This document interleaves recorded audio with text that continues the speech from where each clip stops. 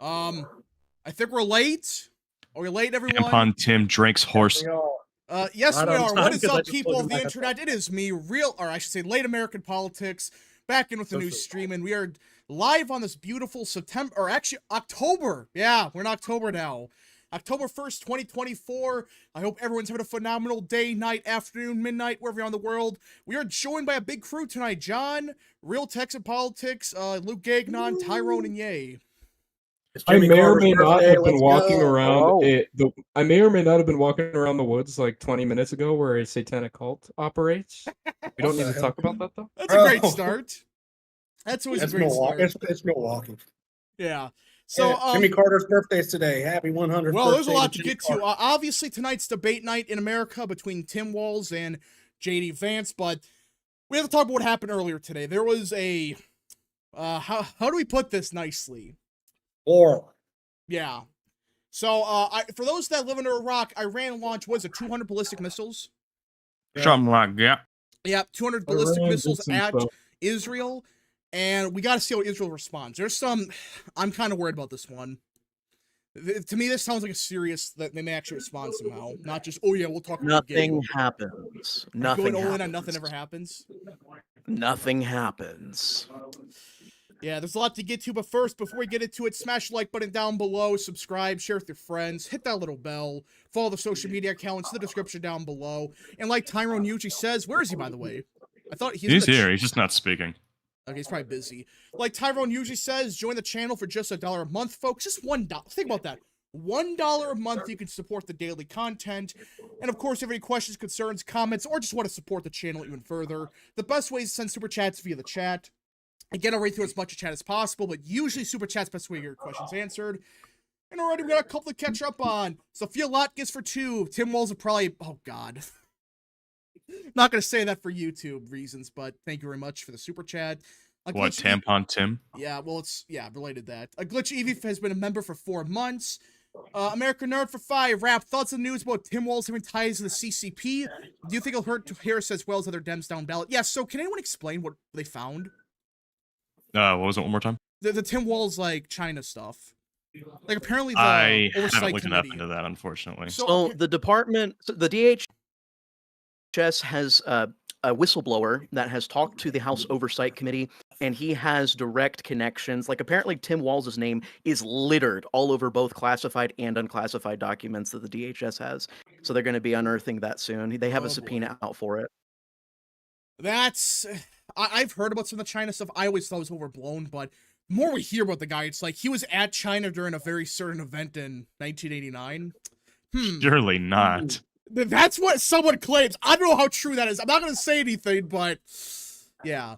I Am Moon has been a member for 9 months. Oh, super chat from Luke Gagnon. Wait, you're the chat. What? Exactly. We need to help support real Americans. Okay, I'm on the stream, but giving a donation anyways. Yeah, W's the chat for Luke Gagnon. Great guy. Go follow. We gotta support Rob. We gotta support Rob. American Nerd for 5. Iran. I thought Israel was going after Lebanon next. What the hell? Yeah, they are. Israel's invaded Lebanon. Southern Lebanon, yes. Yeah. Mitchell has been a member for a month, and Mega Belarus has been a member for a month. Thank you so much, gentlemen, for the super chats. All right, we are caught up, I think. Let's see. Also, McCormick is narrowing Pennsylvania. He's down only 2 in Emerson. I actually made a chart. Give me a sec. I'll post it in chat. I mean, can we actually pull off the upset in Pennsylvania? This is... Yeah, you can pull this up on stream real quick. This is all the Emerson polls done in Pennsylvania, and McCormick has narrowed it to the closest. Yeah, so I think we're in a good situation in Pennsylvania. You know, I never thought that it would be this close. Honestly, I always thought that it was going to be roughly, you know, Tim Walz is the favorite, or not Tim Walz, McCormick. Or Casey, excuse me. I'm struggling right now, all right? Casey. I always thought Casey was a clear favorite, but McCormick took me by surprise. You know, and I think Hovde too. Do not rule him out. I think he's got a very good shot. I don't know. I have a gut feeling that Baldwin holds on barely, but no, I still think Baldwin's favorite, but it's a toss-up. Debate talk right now. You can all hear it. What? I have the CBS pre-debate talking stuff going on right now. Can you all hear it? Nope. Okay, good. Yeah, so we will be able to stream it out because CBS is not on CNN, which I still don't get what CNN was trying to accomplish with that. They need money. That's why they're behind a paywall now. All right, let's see here. Simple logic for 5. Walz love. Okay, I'm not reading that super chat. Thanks for the super chat though. Mega Baylor's for 2. McCormick Hovey sweep and bound. Yeah, I'm gonna gut feeling someone pulls it off in the Rust Belt.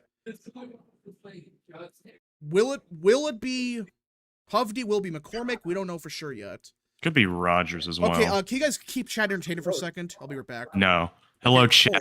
Do me a favor. No, don't say anything wrong. I'll be right back. Just discuss things. Please send me your social security.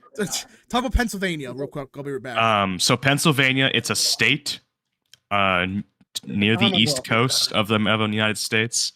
It's a Commonwealth. I'm sorry, it's a Commonwealth. I fucked up the basics. It has several people in it, and it has politics. Fetterman in Pennsylvania has publicly stated that he believes Donald Trump has a special place in the hearts and minds of Pennsylvanians now, which is, impressive because, Fetterman's a Democrat. Other things, registration's great in Pennsylvania. Yeah. Oh, age helps with that. No, dude, John Fetterman is actually a MAGA Republican because he doesn't want to bomb Israel, so So true. you have to remember This is this. true. If you know about this.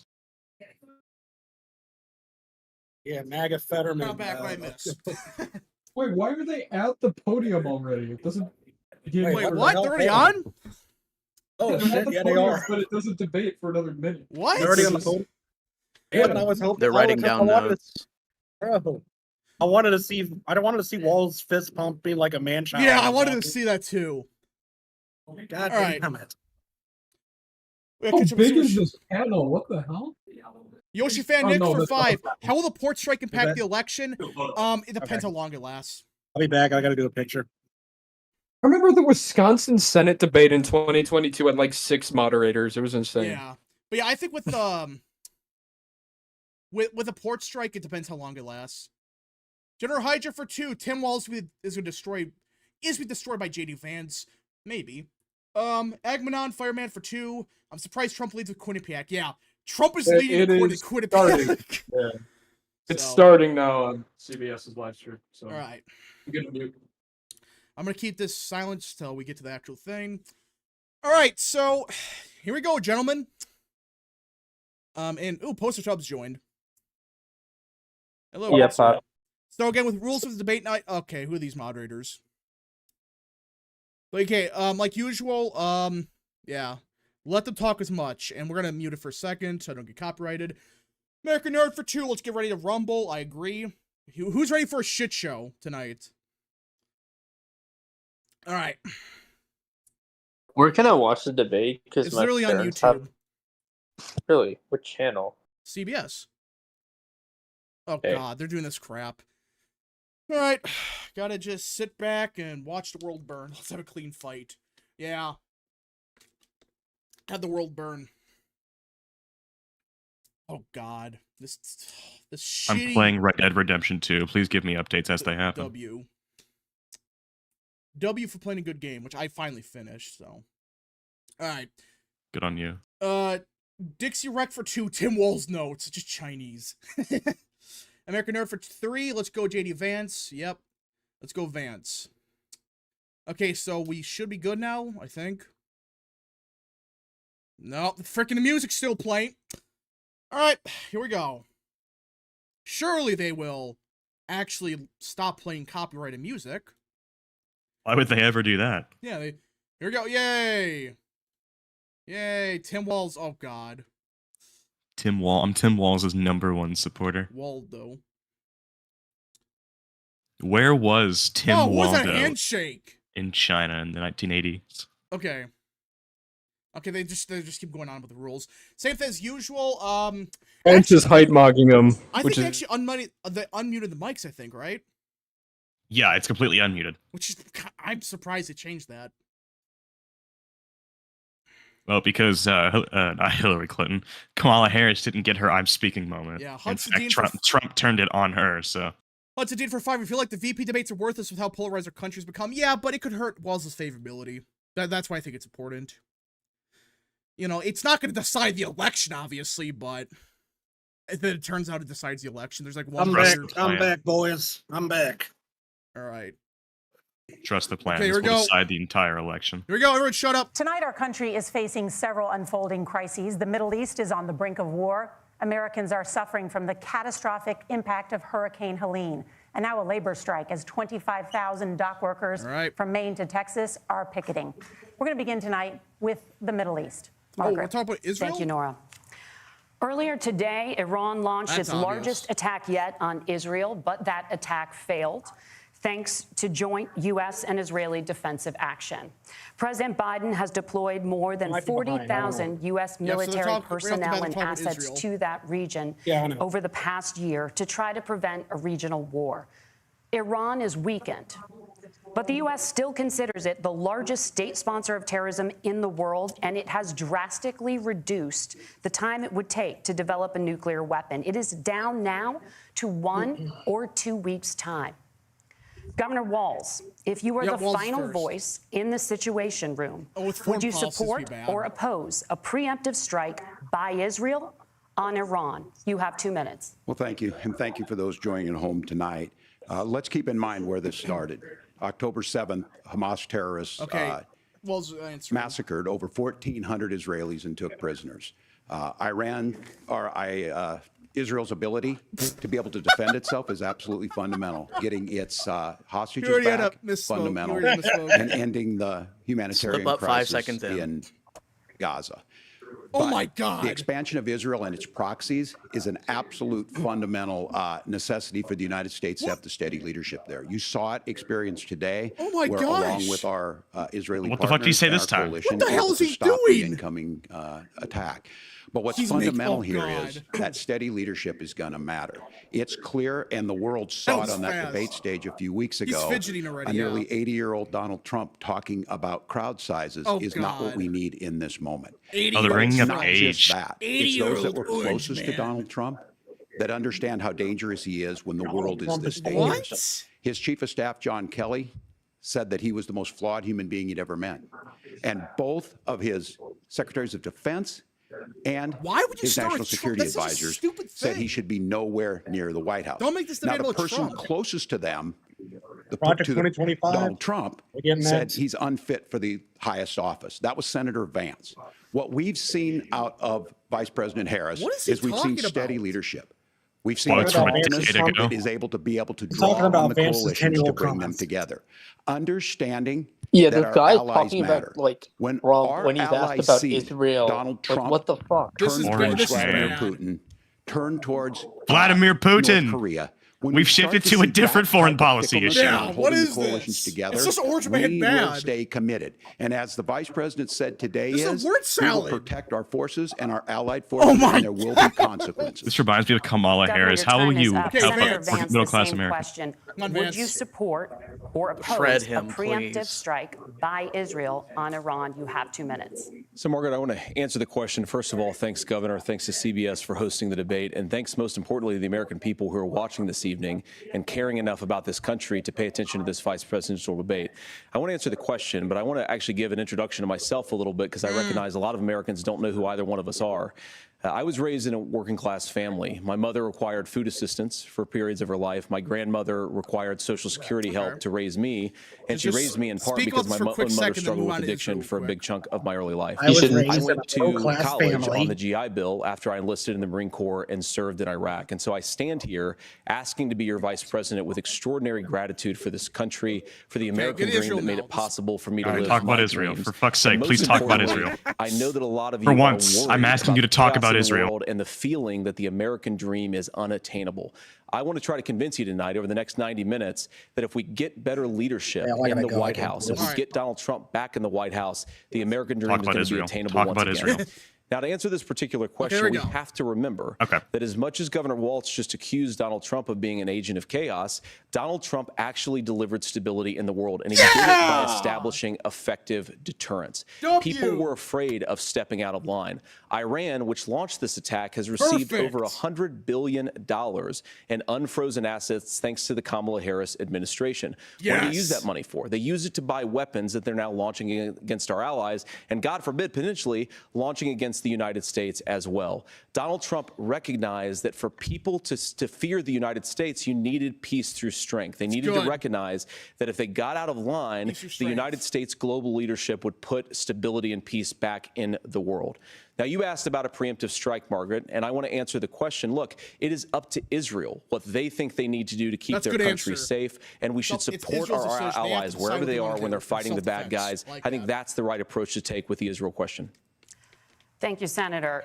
Governor Walz, do you care to respond to any of the allegations? Well, look, Donald Trump was in office. We'll sometimes hear a revisionist history, but when Donald Trump was in office, it was Donald Trump who we had a coalition of nations that had boxed Iran's nuclear program in, the inability to advance it. Donald the Iran Trump nuclear deal pulled was a that failure by program Obama, and by put the way. nothing else in its place. So Iran is closer to a nuclear weapon than they were before because of Donald Trump's fickle leadership. And when Iran shot down an American aircraft in international airspace, that's literally what it is. Donald Trump tweeted, because that's the standard diplomacy of Donald Trump. No, he fucking killed Soleimani and got away with it. Fall near U.S. troops, in the American flag. and they received traumatic brain injuries. Donald Trump wrote it off as headaches. Look, our allies understand that Donald Trump is fickle. He will go to whoever has the most flattery or where it makes sense to him. Steady leadership like you witnessed today, like you witnessed in April. Both Iranian attacks were repelled.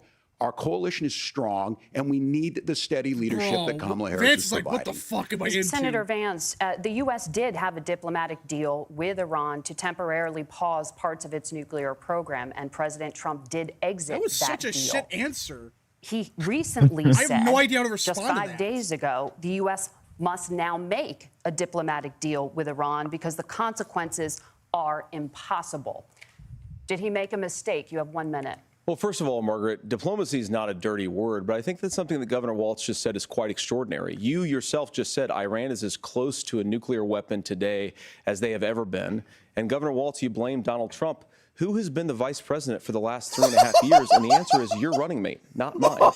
Donald Trump consistently made the world Vance's shot to win Now, the we talk debate about just what soared from the sequence of 30% to events 60% that led us to on where we are right Oh now. my Jesus God. Christ, it's been like October the 2 7th. minutes, That's man. the Governor knockout blow Walz right bringing there. up. Harris But been when VP did for 4 Iran years. and Hamas and their proxies attack Israel? It was during the administration of Kamala Harris. Yes. So Governor Walz can This criticize Look at Donald Trump's Walz's tweets, face. but is he effective, doing? smart diplomacy He looks and like a peace through strength grumpy is how you bring grandpa. stability He's about to back cry. to a very broken world. Donald Trump has already done it once before. Ask yourself. He looks at so home, sad. when was the last time, I'm 40 years old, when was the last time that an American president didn't have a major conflict break out? The only answer is during the 4 years that Donald Trump was president. Perfect. Gentlemen, we have a lot to get to. 10 out of Nora? 10. Margaret, thank you. That was Jesus. Let's perfect. turn now to Hurricane Helene. Oh, the storm God. could become one of the We'll deadliest get to super on chats record. in the first More break, than don't worry. If you have super chats 160 on them, we'll people get to it are dead eventually. and hundreds more are missing. Okay, hurricane time. Scientists say climate change makes these hurricanes larger, stronger, and more deadly because of the historic rainfall. Senator Vance, according to CBS News polling, 7 in 10 Americans and more than 60% of Republicans under the age of 45 favor the U.S. taking steps to try and reduce climate change. Senator, what responsibility They're does asking the about Trump climate change administration instead of the have to try hurricane? and Really? reduce the impact? Well, because the of federal climate government change? isn't giving them I'll any give you 2 aid, so they minutes. can't bring Sure. that So up first of all, because let's Harris is the start with VP. the hold on. hurricane because it's an unbelievable, unspeakable human tragedy. I just saw today actually a photograph of 2 grandparents on a roof with a 6-year-old child, and it was the last photograph ever taken of them because the roof collapsed God. and those innocent people saw lost that their too. lives. And I'm sure Governor I Walz fell joins me asleep. in What the saying fuck our happened? hearts Shut go up. out to those innocent people, our prayers go out to them, and It's we debate, want as bro. robust and aggressive as a federal response as we can get to save as many lives as possible, and then of course afterwards streaming right now. to help the people in those communities rebuild. I mean, these are communities that I love. Some of them I know very personally in Appalachia, all across the Southeast. They need their government to do their job. Yes. And I commit that when Donald Trump is president again, the government will put the citizens of this country first when they suffer from a disaster. Now, Nora, you asked about climate change. I think this is a very important issue. Look, a lot of people are justifiably worried about all these crazy weather patterns. I think it's important for us, first of all, to say, Donald Trump and I support clean air, clean water. Perfect. We want the environment to be cleaner and safer. But one of the things that I've noticed some of our Democratic friends talking a lot about is a concern about carbon emissions, this idea that carbon emissions drives all of the climate change. Well, let's just say that's true, just for the sake of argument, so we're not arguing about weird science. Let's just say that's true. Yeah. Well, if you believe that, what would you want to do? The answer is that you'd want to reshore as much American manufacturing as possible, and you'd want to produce as much energy as possible in the United States of America because we're the cleanest economy in the entire world. What have Kamala Harris's policies actually led to? More energy production in China, more manufacturing overseas, more doing business in some of the dirtiest parts of the entire world. And when I say that, I mean the amount of carbon emissions they're doing per unit of economic output. So if we actually care about getting cleaner air and cleaner water, the best thing to do is to double down and invest in American workers and the American people. And unfortunately, Kamala Harris has done exactly the opposite. Perfect. Governor Walz, you have 2 minutes to respond. Well, we got close to an agreement because all those things are happening. Look, first of all, it is a horrific tragedy with this hurricane. And my heart goes out to the folks that are down there in contact with the governors. I serve as co-chair of the Council of Governors as we work together on these emergency managements. Governors know no partisanship. They work together because all of the governors and the emergency responders are on the ground. Those happen on the front end. Did you see that? Maybe the federal government comes in and makes sure they're there to that we recover. But we're still in that phase where we need to make sure that they're staying there, staying focused. Now, look, coming back to the climate change issue, there's no doubt this thing roared onto the scene faster and stronger than anything we've seen. Senator Vance has said that there's a climate problem in the past. Donald Trump called it a hoax, and then joked that these things would make more beachfront property to be able to invest in. What we've seen out of the Harris administration now, the Biden-Harris administration, is we've seen this investment. We've seen massive investments, the biggest in global history that we've seen in the Inflation Reduction Act, has created jobs all across the country. 2,000 in Jeffersonville, Ohio, taking the EV technology that we invented and making it here. 200,000 jobs across the country. The largest solar manufacturing plant am I being in North biased? America, Is this sits in bad? Minnesota. But my farmers know climate change is real. Not as bad as you're They've making seen it out to be, but it's still pretty shit. 500-year floods back to back. But what they're doing is adapting, and this has allowed them to trust their tell wallets, me, not look, I politicians. harvest corn, I harvest soybean, and I harvest wind. We are producing more natural gas and more oil at any time than we ever have. We're also producing more clean energy. So the solution for us is to continue to move forward, that climate change is real. Reducing our impact is absolutely critical, but this is not a false choice. You can do that at the same time is you're creating the hilarious, though. jobs It's that we're literally seeing a all across straight the line country. drop. That's exactly what this administration has done. We are seeing us becoming an This is at energy 60 superpower now? for the future, 65. not just the Vance is current. at And that's what 65. absolutely makes sense. And then we start thinking about how do we mitigate these disasters. This is just enough. Thank you. Senator, I want to give you an opportunity to respond there. The governor mentioned that President Trump has called climate change a hoax. Do you agree?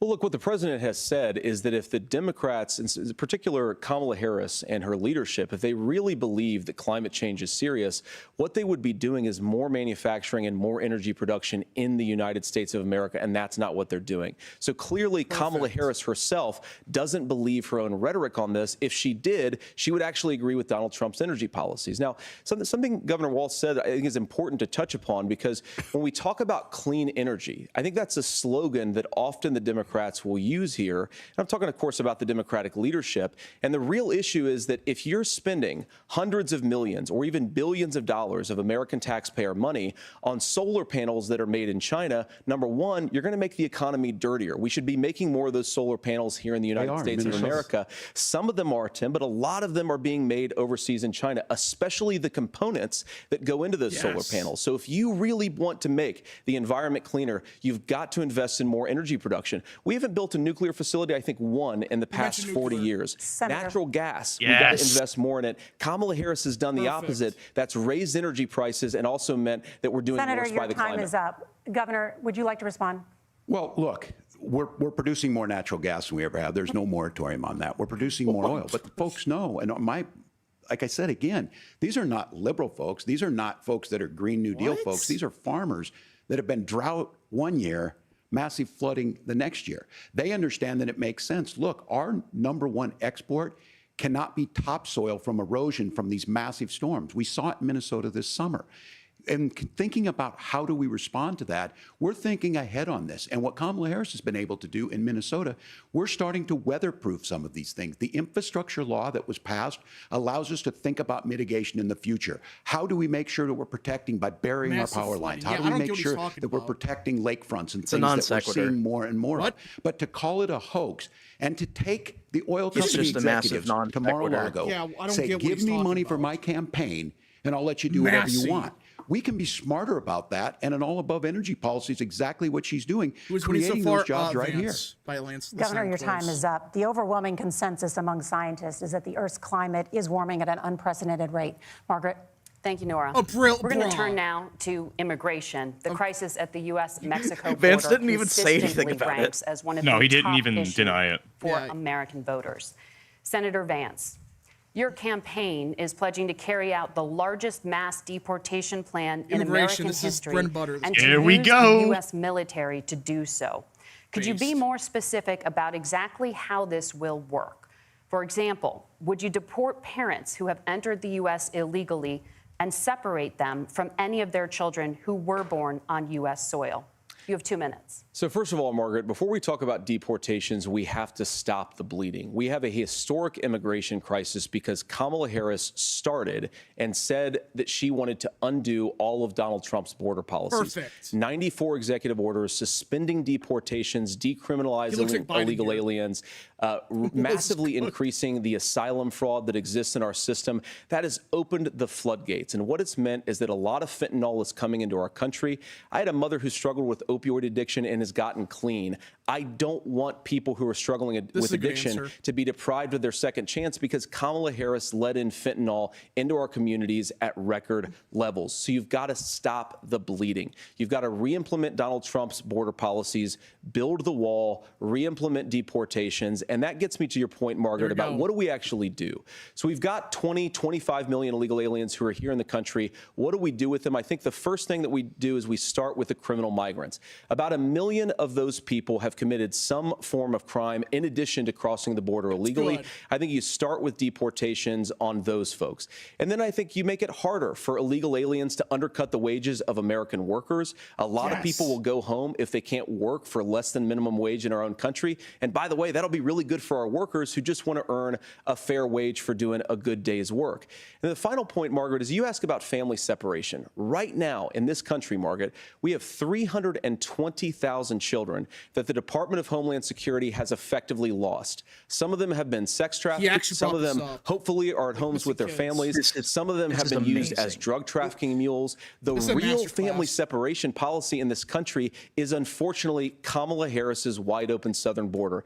And I'd ask my fellow Americans to remember when she came into office, she said she was going to do this. Real leadership would be saying, you know what, I screwed up. We're going to go back to Donald Trump's border policies. I wish that she would do that. It would be good for all of us. Governor, do you care to respond to any of those specific allegations, including that the vice president is, quote, letting in fentanyl This is and perfect. using kids as drug mules, among other things regarding well, children? the drug mule is not true, but I will say about this, about the fentanyl, because this is a crisis of this, the opioid crisis. And the good news on this is the last 12 months saw the largest decrease in opioid It's not deaths real. in our Okay, state's guys, he history. said it. 30% decrease in Ohio, but there's still more work to do. But let's go back to this on the hell is immigration. he Kamala doing? Harris was the Attorney General of the largest state and a border state in California. She's the Why only would you person in this mention that? race who prosecuted transnational gangs for human trafficking. Why would you and mention the drug fact that she's interventions. Attorney General But for look, California? We all want to solve this. Most of us want to solve this. And that is the United States Congress. Thank you, That's the Border Tyrone. Patrol agents. That's the Chamber of Commerce. That's most Americans out here. That's why we had the fairest and the toughest bill on immigration that this nation's seen. It was crafted by a conservative senator from Oklahoma, Oh, James James Lankford. I know Lankford's him. He's super conservative now. conservative, but he's a Okay. man of principle, wants to get it done. Man of Democrats and principle. Republicans worked on this piece of legislation. The Border Patrol said, this is what we need in here. These are the experts. And the Chamber of Commerce and the Wall Street Journal said, pass this thing. Kamala Harris helped get there. Did he just say the 1,500 new border the agents. Chamber of Commerce? Detection for drugs. DOJ money to just speed praise up Chamber of Commerce? the adjudications on this, just what America wants. But as soon as I was getting ready to pass and actually tackle this, Donald Trump said no. We're going to fucking Told them kill to you. go Stop, against it Tyrone, because stop. it gives him a campaign issue. Stop, Vance. It gives him to, what would Donald Trump Stop, talk Vance, about if we no, actually stop. did some of these things? And they need to be done by the legislature. You can't just do this through the executive branch. So look, we have the options to do this. Donald Trump had 4 years. He had 4 years to do this. And he promised you, America, how easy it would be. I'll build you a big, beautiful wall, and Mexico will pay for it.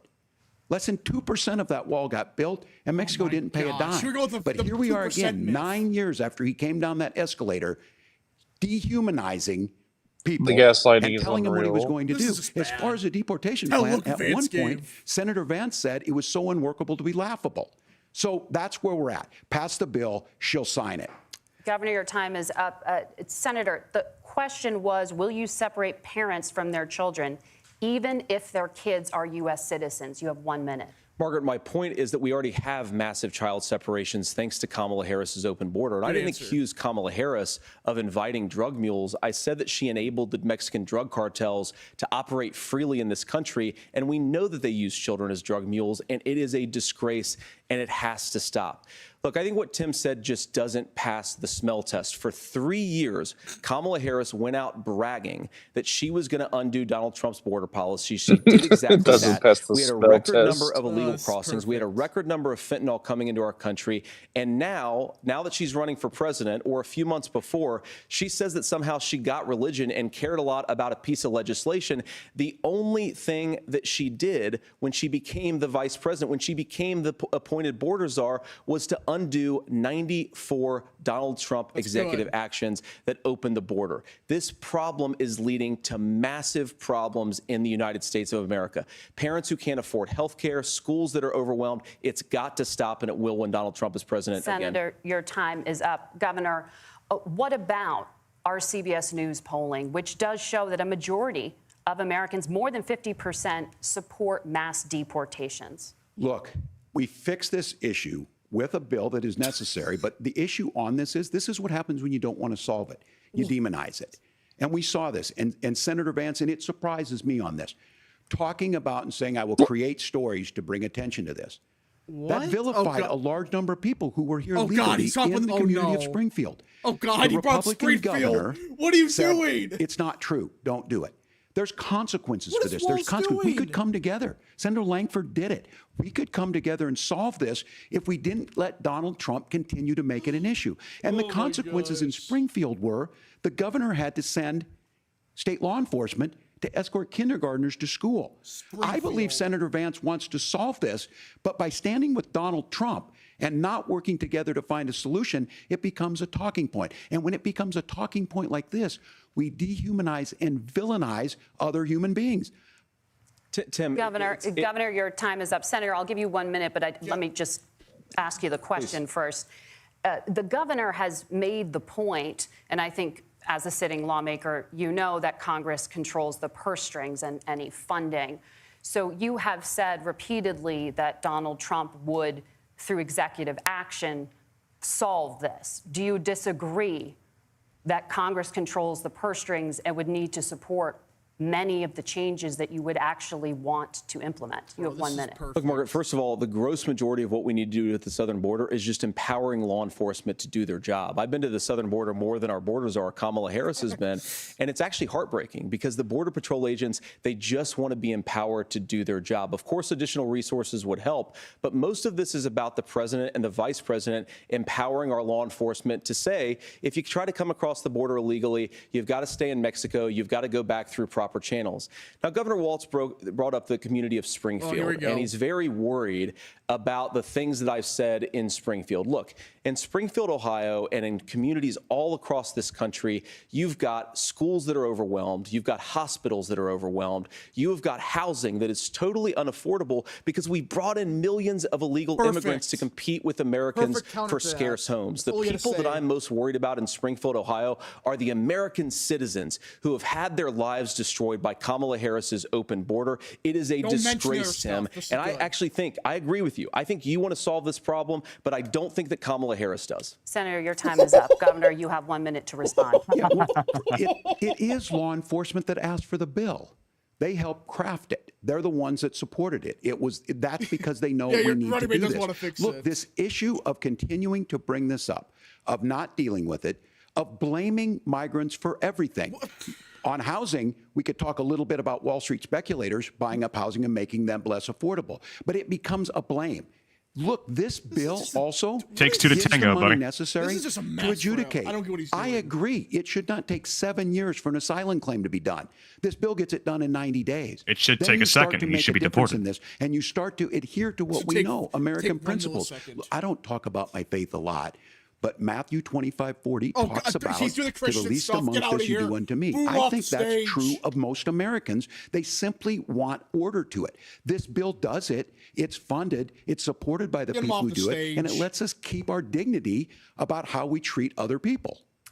Thank you, Governor. And just to clarify for our viewers, Springfield, Ohio does have a large number of Haitian migrants who have legal status, temporary protected. Because Kamala Harris gave them Well, legal Senator, we status. have so much to get to. Margaret, I think it's important We're because going to turn now to the debate- economy. Thank Margaret, you. the rules were that The you guys economy, weren't going to we're- fact check, and since you're fact checking me, I think it's important to say what's actually going on.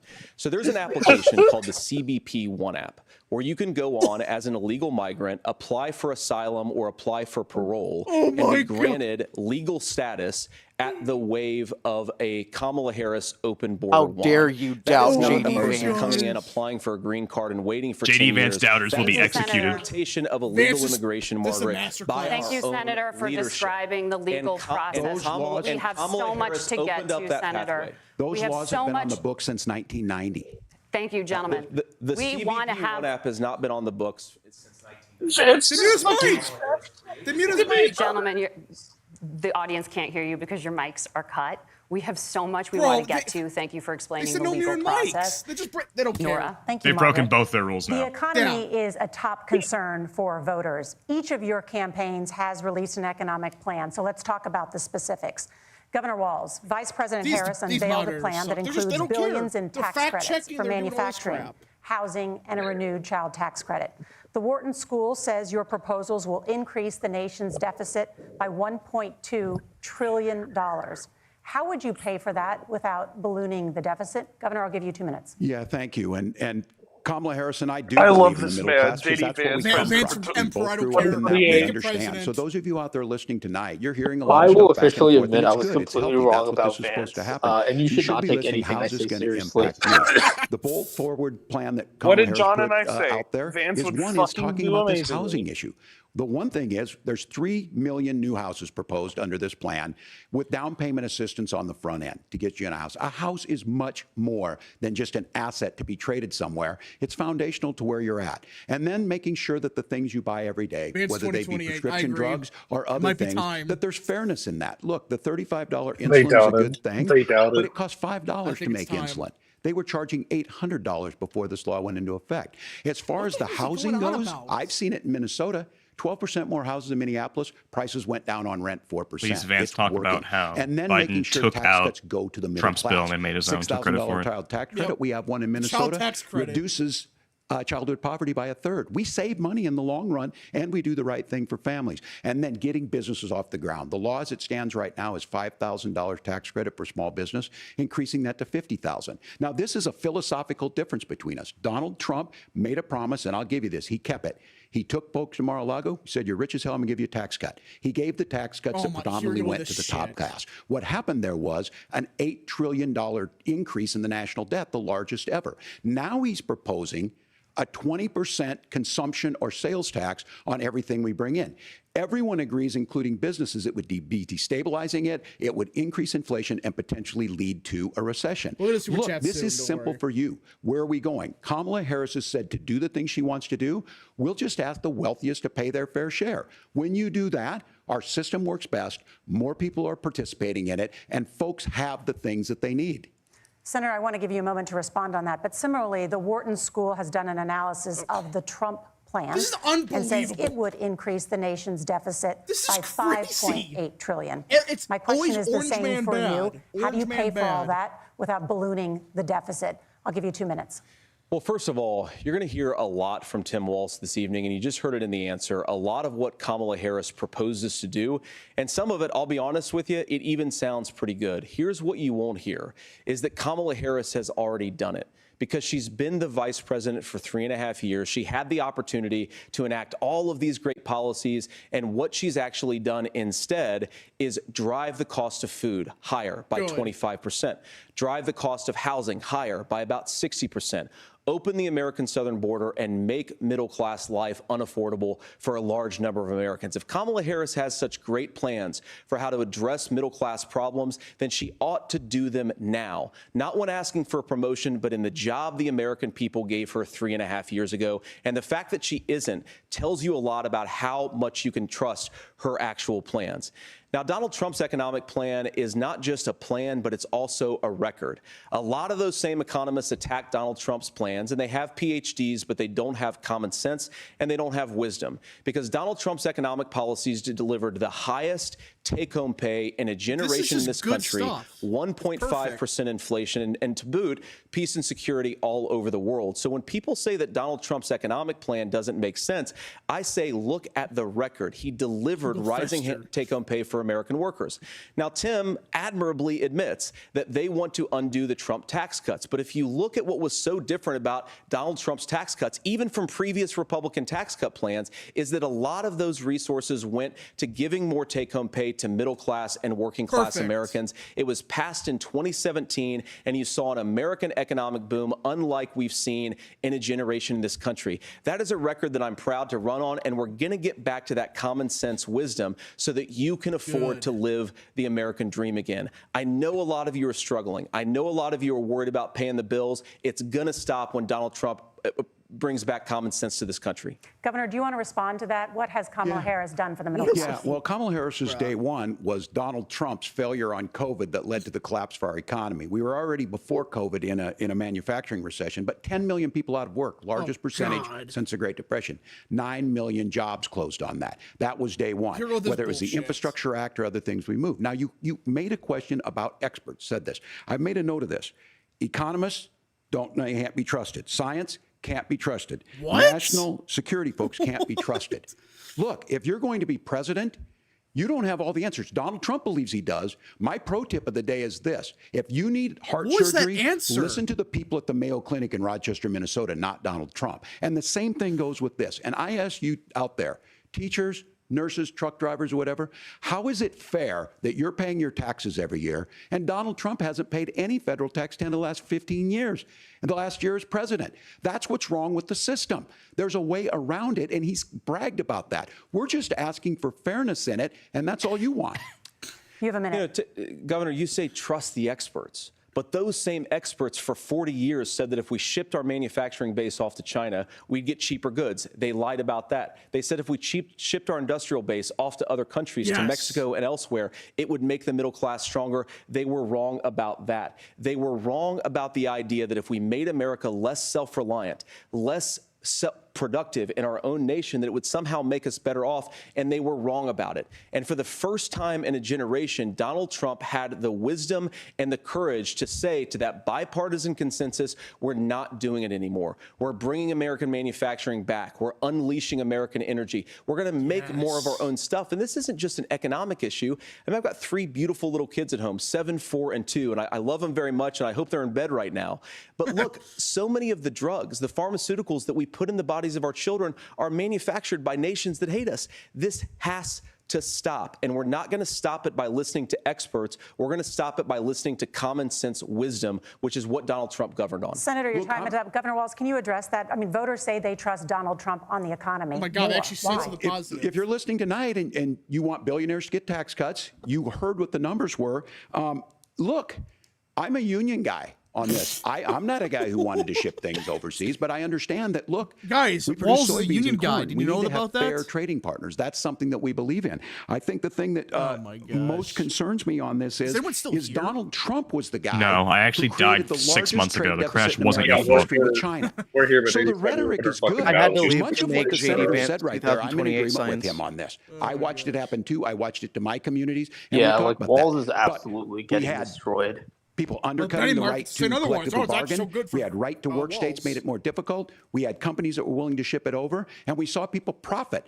Folks that are venture capital in some cases, putting money into companies that were overseas. that We're in stare? agreement that we bring those home. The issue is Donald Trump is talking about it. Kamala Harris has a record, 250,000 more manufacturing jobs just out of the IRA. May I respond to that? Yes.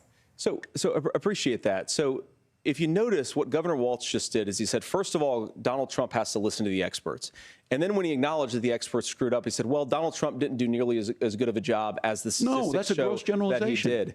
So what Tim Walz is doing, and I honestly, Tim, I think you got a tough job here because you've got to play whack-a-mole. You've got to pretend that Donald Trump didn't deliver rising take-home pay, which of course he did. You've got to pretend that Donald Trump didn't deliver lower inflation, which of course he did. And then you've simultaneously got to defend Kamala Harris's atrocious economic record, which has made gas, groceries, and housing unaffordable for American citizens. I was raised by a woman who would sometimes go into medical debt so that she could put food on the table in our household. I know what it's like to not be able to afford the things that you need to afford. We can do so much better. To all of you watching, we can get back to an America that's affordable again. We just got to get back to common sense economic principles. I hope we have a conversation on health care then. Senator, Governor. Please. Thank you. Margaret? We have a lot to get to ahead, so cooked. gentlemen, on many topics. But right now, I want to talk about personal qualifications. The vice president is often the last voice the president hears before making consequential decisions. Okay. That's my We fucking want to ask you ex-boss. about your leadership qualities. Governor Walz, you said you were in Hong Kong during the deadly Tiananmen Square protests in the spring of 1980. Oh, here we go. But Minnesota Public Radio and other media outlets are reporting that you actually didn't travel to Asia until August of that year. Oh. Can you explain that discrepancy? You have 2 Yeah, minutes. well, and to the folks out there who didn't get at the top of this, look, I grew up in small rural Nebraska, town of 400, town that you rode your bike with your buddies till the streetlights come on, and I'm proud of that service. I joined the They had National to Guard at spend the, 17, come on. worked on family farms, and then I used the GI Bill to become a teacher, passionate about it, a young teacher. My first year out, I got the opportunity in the summer of Vance, with '89 Fort Valor, to travel come to on. China. 35 years ago, be able to do that. I came back home and then started a program to take young people there. We would take basketball teams, we would take baseball teams, we would take dancers, and we would go back and forth to China. The issue for that was to try and learn. Now look, my community knows who I am. They saw where I was at. Look, I will be the first to tell you, I have poured my heart into my community. I've tried to do the best I can, but I've not been perfect. And I'm a knucklehead at times, but it's always been about that. Those same people elected me to Congress for 12 years. And in He Congress, used the term I was one of the rattled most to describe how bipartisan he people, looks would be working on extremely things like farm generous bills here. that we got What is done, happening? working on He's like- veterans benefits. he's like And on then the people of something. Minnesota He's on damage control, were I able to think. elect me to governor twice. Yeah. Walz is dropping in another my 5% commitment has been 5% on from the poly market. beginning to make This sure isn't a that I'm debate there at this for the point. This is people, him trying to protect make sure that I himself. get At this this right. point, just I like will stop say the more than kicking in anything. at this point. Many times I He's will dropped talk 9%, a lot. I will get 10%. caught up in the rhetoric. my But being there, the impact it made, the difference it made in my life, I learned a lot about China. I hear the critiques of this. I You would in the make the case square. that Donald Trump should have come on one of those trips with us. I guarantee you he wouldn't be praising Xi Jinping about COVID. Oh, and I God, here we guarantee go with you this he wouldn't shit. start a trade war that he Every ends up losing. time. So this is about trying to understand the world. It's about trying to do the best you can for your community, and then it's putting yourself out there and letting your folks understand what it is. No My answer, like commitment, nothing whether it be burger. What through was teaching, that? which I was good at, or whether it was being a good soldier or was being a good member of Congress, those are the things that I Soldier think are the time. values that people Bring up care the about. whistleblower. Please, Governor, just Vance. to follow Soldier up on time. that, the question was, can you explain the discrepancy? All I said on this was I got there that summer and misspoke on No, this. he So cannot. I will Bullshit, just- bro. That's what I've said. So Can I you was defend in yourself? No. Hong Kong and China during the democracy protests went in.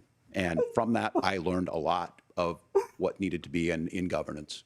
He looks like he just saw a fucking Thank you, ghost. Governor. Senator Vance, in 2016, you called your running mate Donald Trump unfit for the nation's highest office, and you said he could be America's Hitler.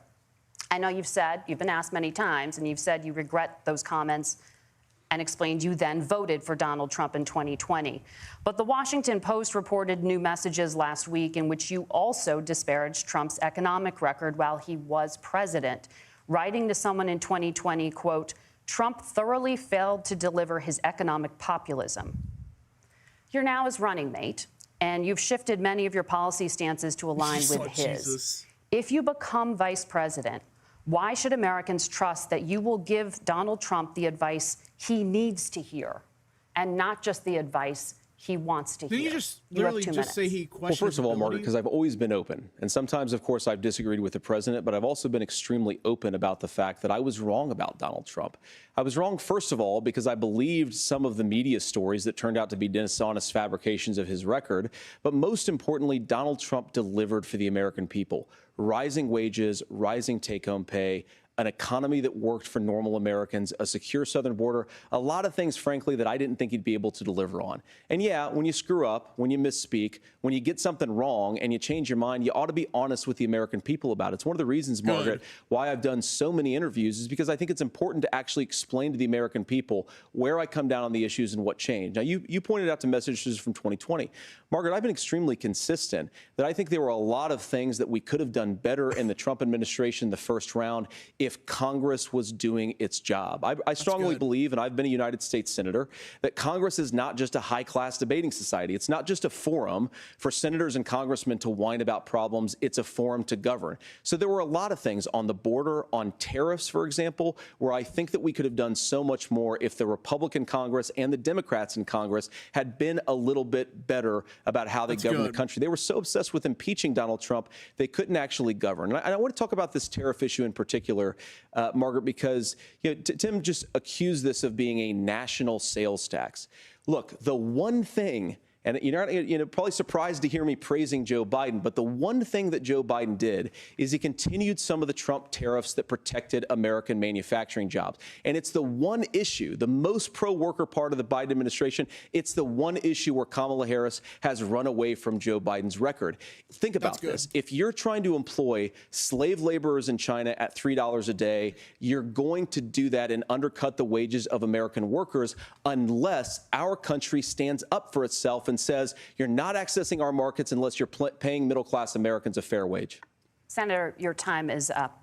Nora? Thank you.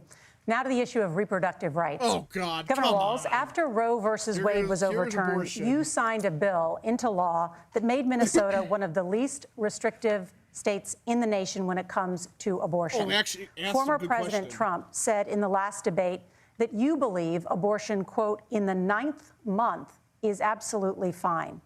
Yes or no? Is that what you support? never mind. I'll give you 2 minutes. That's not what the bill says, but look, this issue is what's on everyone's mind. Donald Trump put this all into motion. The issue of abortion's on everyone's mind? That he put the judges in and overturned Roe versus Wade. 52 years of personal autonomy. And then he tells us, oh, we send it to the states. It's a beautiful thing. Amanda Zaworski would disagree with you on it's a beautiful thing. A young bride in Texas waiting for their child at 18 weeks. She has a complication, a tear in the membrane. She needs to go in. The medical care at that point needs to be decided by the doctor. And that would have been an abortion. But in Texas, that would have put them in legal jeopardy. She went home, got sepsis, nearly dies, and now she may have difficulty having children. Or in Kentucky, Hadley Duvall, a 12-year-old child, raped and impregnated by her stepfather.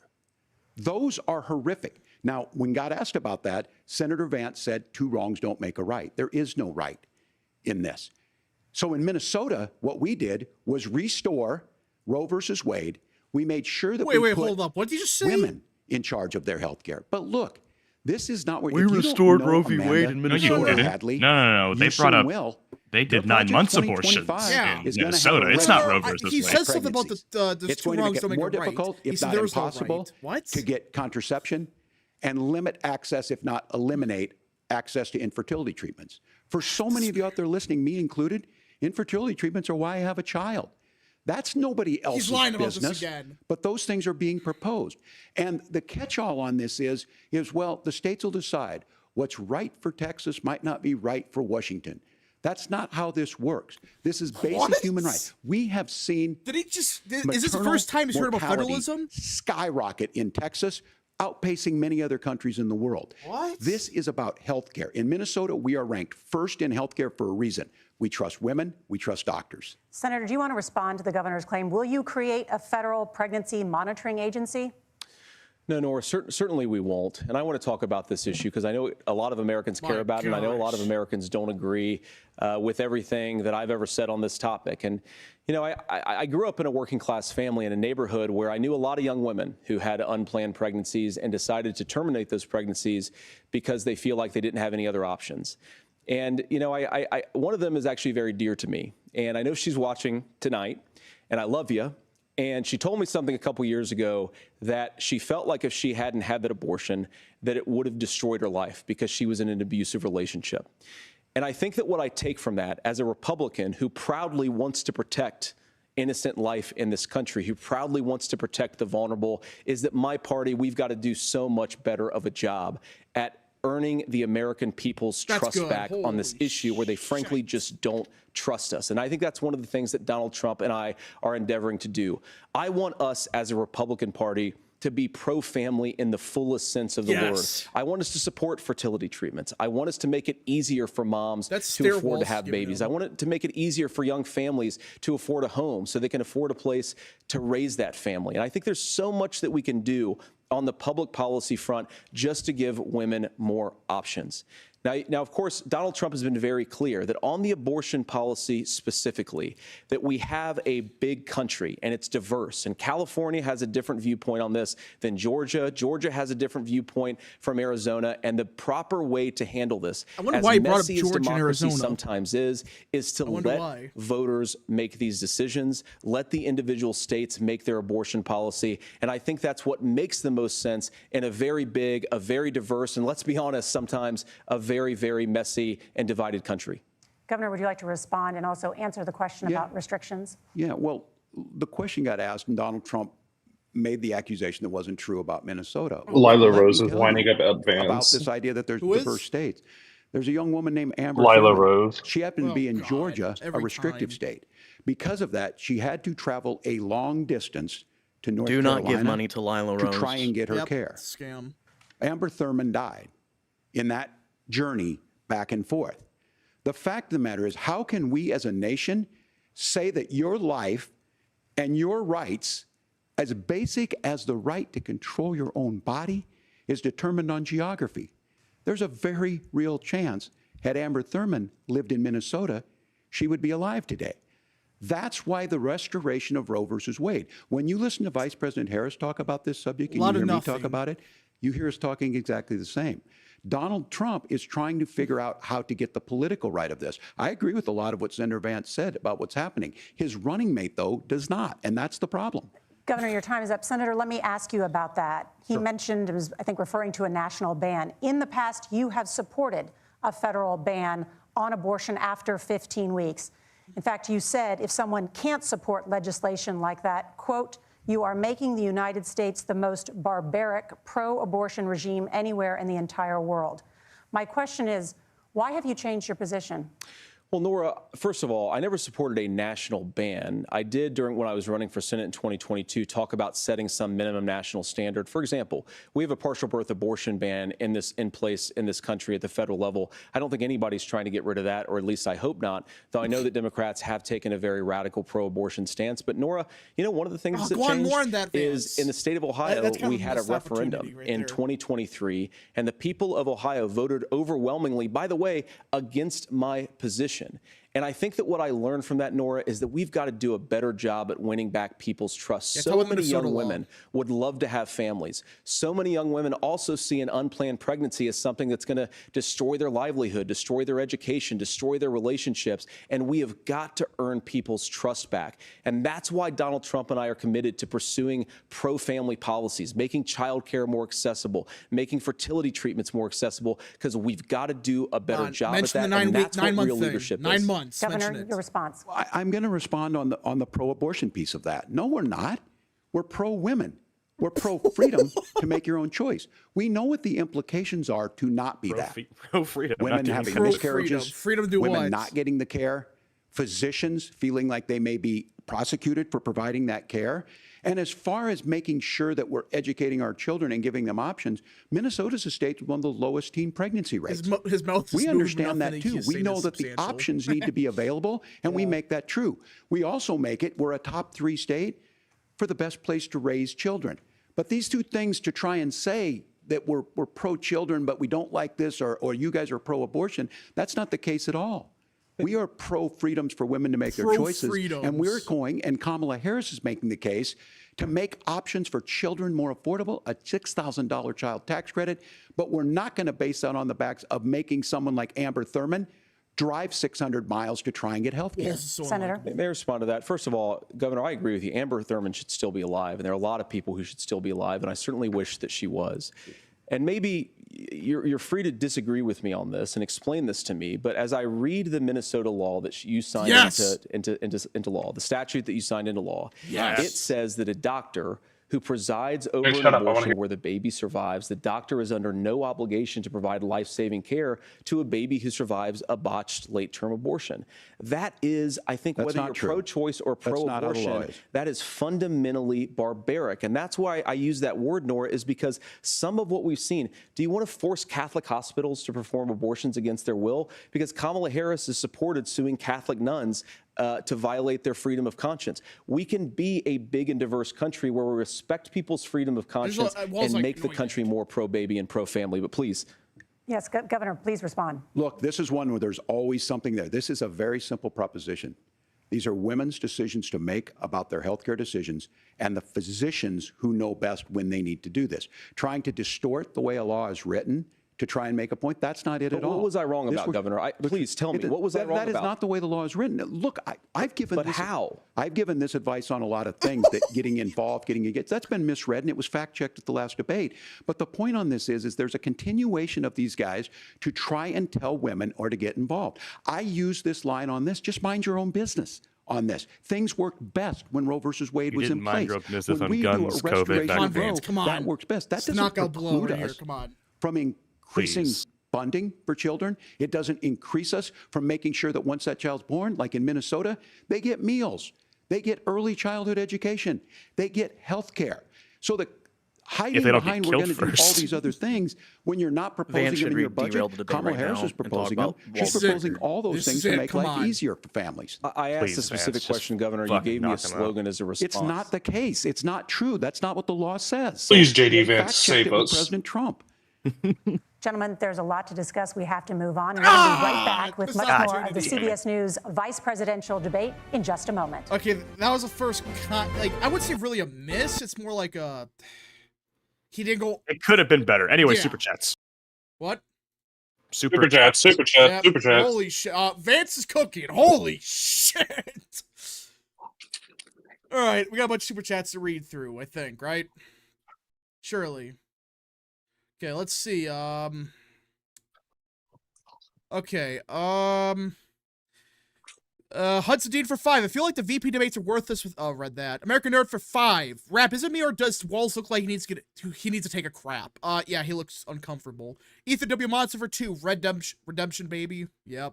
American Nerd for 5. The debate in a nutshell so far: virgin crybaby boomer versus base Chad millennial. Frankie Jr. for 2. This is literally the Biden-Trump debate 2.0. Basically, Superior Carolina for 2, folks. American Nerd for 5, Rap with Vance's performance right now, greatest chance in 2020 and primaries in general. I would support him 100%. This won me over. This sealed it for me. And now that the Sims are mad at me, I don't really care, but. Cade Cup for 5, Vance right now isn't in this debate literally sounds like the average American up on stage with a politician. This is what scares the establishment, yeah. Christopher Gooden for 2, I don't care what happens, JD Vance takes the win. American Nerd for 5. Why did CBS choose these B words to moderate this debate? They're awful. Listen, that's a highlight of the debate. When they would try to fact check him, he's like, "Hey, we agree, no fact checking. You're supposed to shut up." And then muted his mic. Like, what do you guys think about that? They have broken both rules, and I think it's going to be more impactful this time because people see Vance as a good debater. I mean, I've just showed Even a Democrats are screenshot admitting of it. people. Yeah, we have a little bit of Black Twitter commenting on this. They think that Vance is bodying Walz. Yeah, no, it's impactful because he's both winning and the moderators are breaking their rules. I think people are going to be very aware, more aware this time than they were with the ABC debate. All right, American Nerd for 10 rap says they won't be fair and won't follow the rules. Let's do our own debates moderated by the counterculture, not invite them. Let's not these ideologues in anymore. Well, these moderators just suck. Kick up for 2. This may be less sad about the Brewers. Yeah, we don't talk about the Brewers.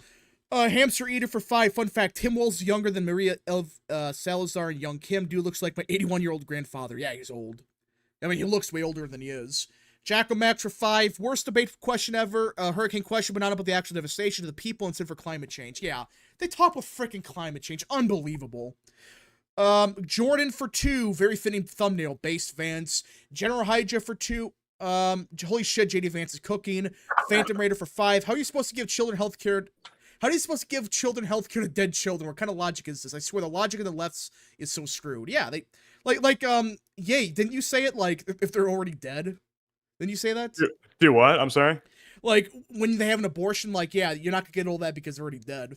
Oh, yeah. I mean, that's the thing. It's like, I mean, if you allow elective 9-month abortions, I don't really care if you offer free breakfast and free lunch to the kids that survive, because you are allowing the undesirables to be basically just purged. I mean, I don't know. There's no other way to put it, really. Godsmack Air 69 for 5. Well, Waltz ain't as bad as debating as demented Biden. I could give him that at least. Honestly, Vance seems to be more articulate than Trump. Well, yeah, that's not a surprise. Spence Callis for 2. Vance should be up. Jocelyn, I don't know what that is.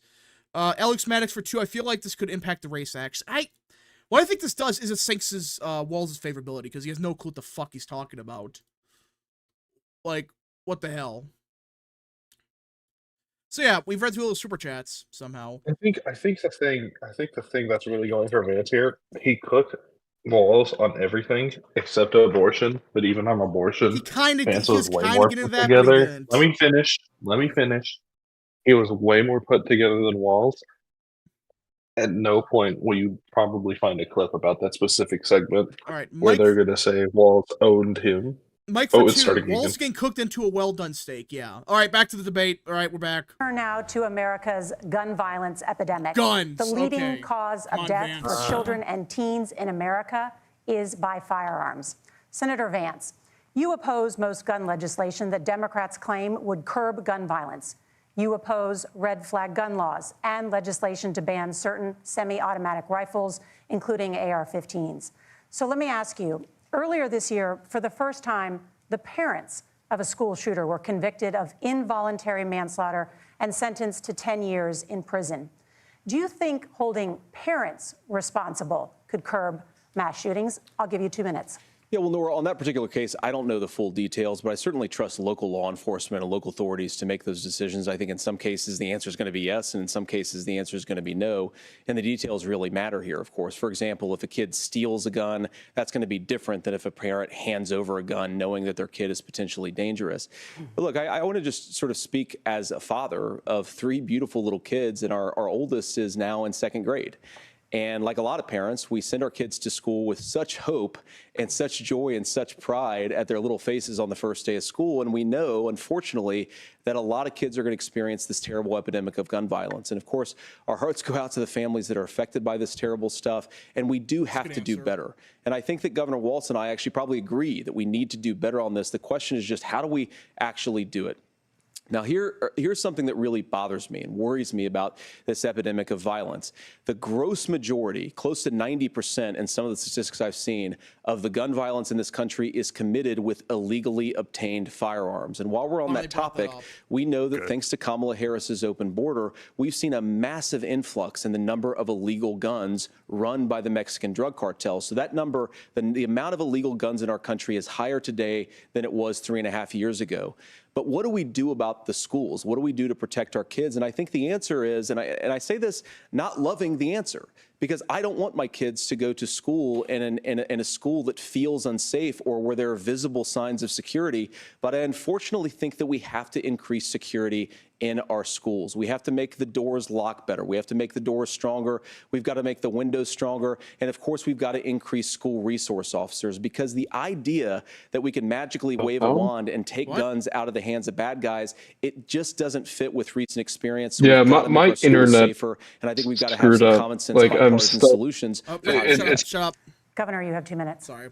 Well, I think all the parents watching tonight, this is your biggest nightmare. Look, I got a 17-year-old, and he witnessed a shooting at a community center playing volleyball. Those things don't leave you. As a member of Congress, I sat in my office surrounded by dozens of the Sandy Hook parents, and they were looking at my 7-year-old picture on the wall. Their 7-year-old were dead, and they were asking us to do something. And look, I'm a hunter. I own firearms. The vice president is.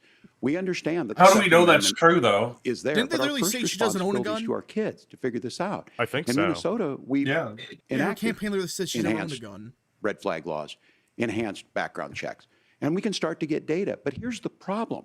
If we really want to solve this, we've got folks that won't allow research to be even done on gun violence. And this idea that we should just live with it, here's what I do think, that this is a good start to the conversation. I 100% believe that Senator Vance hates it when these kids, it's abhorrent and it breaks your heart. I agree with that. I'm actually kind of But liking that's Walz not far sometimes. enough. Like, he's not when we know actually there are things that work. schizophrenic I've type, spent but- time in Finland and seen some Finnish schools.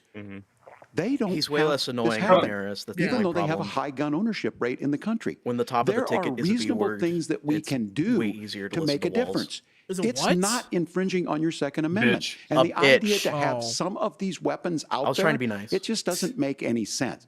Kamala Harris, as an attorney general, worked on Don't this be issue. nice to She communists. knows that it's there. No one's trying It's to a scaremonger YouTube and say we're stream. taking your guns, but I ask all of you out there, do you want your schools hardened to look like a fort?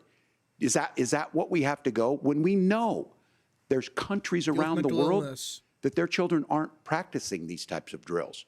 They're being kids. We owe it to them to get a fix. These are things that shouldn't be that difficult. You can still keep your firearms, and we can make a difference. We have to. If you're listening tonight, this breaks your heart. Senator. Tim, first of all, I didn't know that your 17-year-old witnessed a shooting. And I'm sorry about that, and I hope that he's appreciate doing you okay. saying so. Christ have mercy. It is awful. And I appreciate what Tim said, actually, about Finland, because I do think it illustrates some of the frankly, weird differences between our own country's gun violence problem and Finland. Is, okay, first of all, we have way higher rates of mental health abuse, or mental health substance abuse.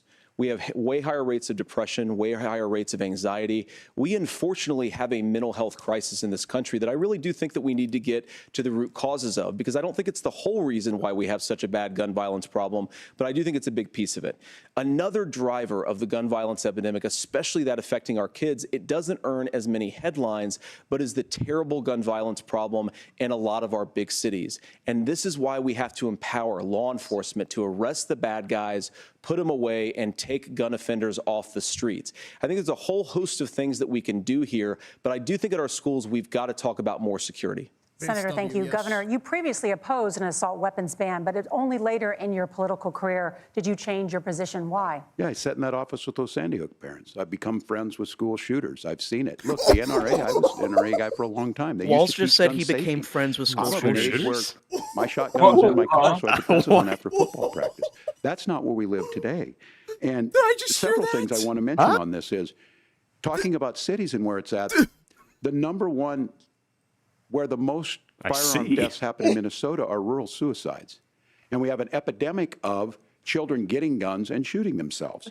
And so we have, and we should look at all of the issues. Making sure folks have health care and all that, but I want to be very careful. This idea of stigmatizing mental health, just because you have a mental health issue doesn't mean you're violent. And I think what we end up doing is we start looking for a scapegoat.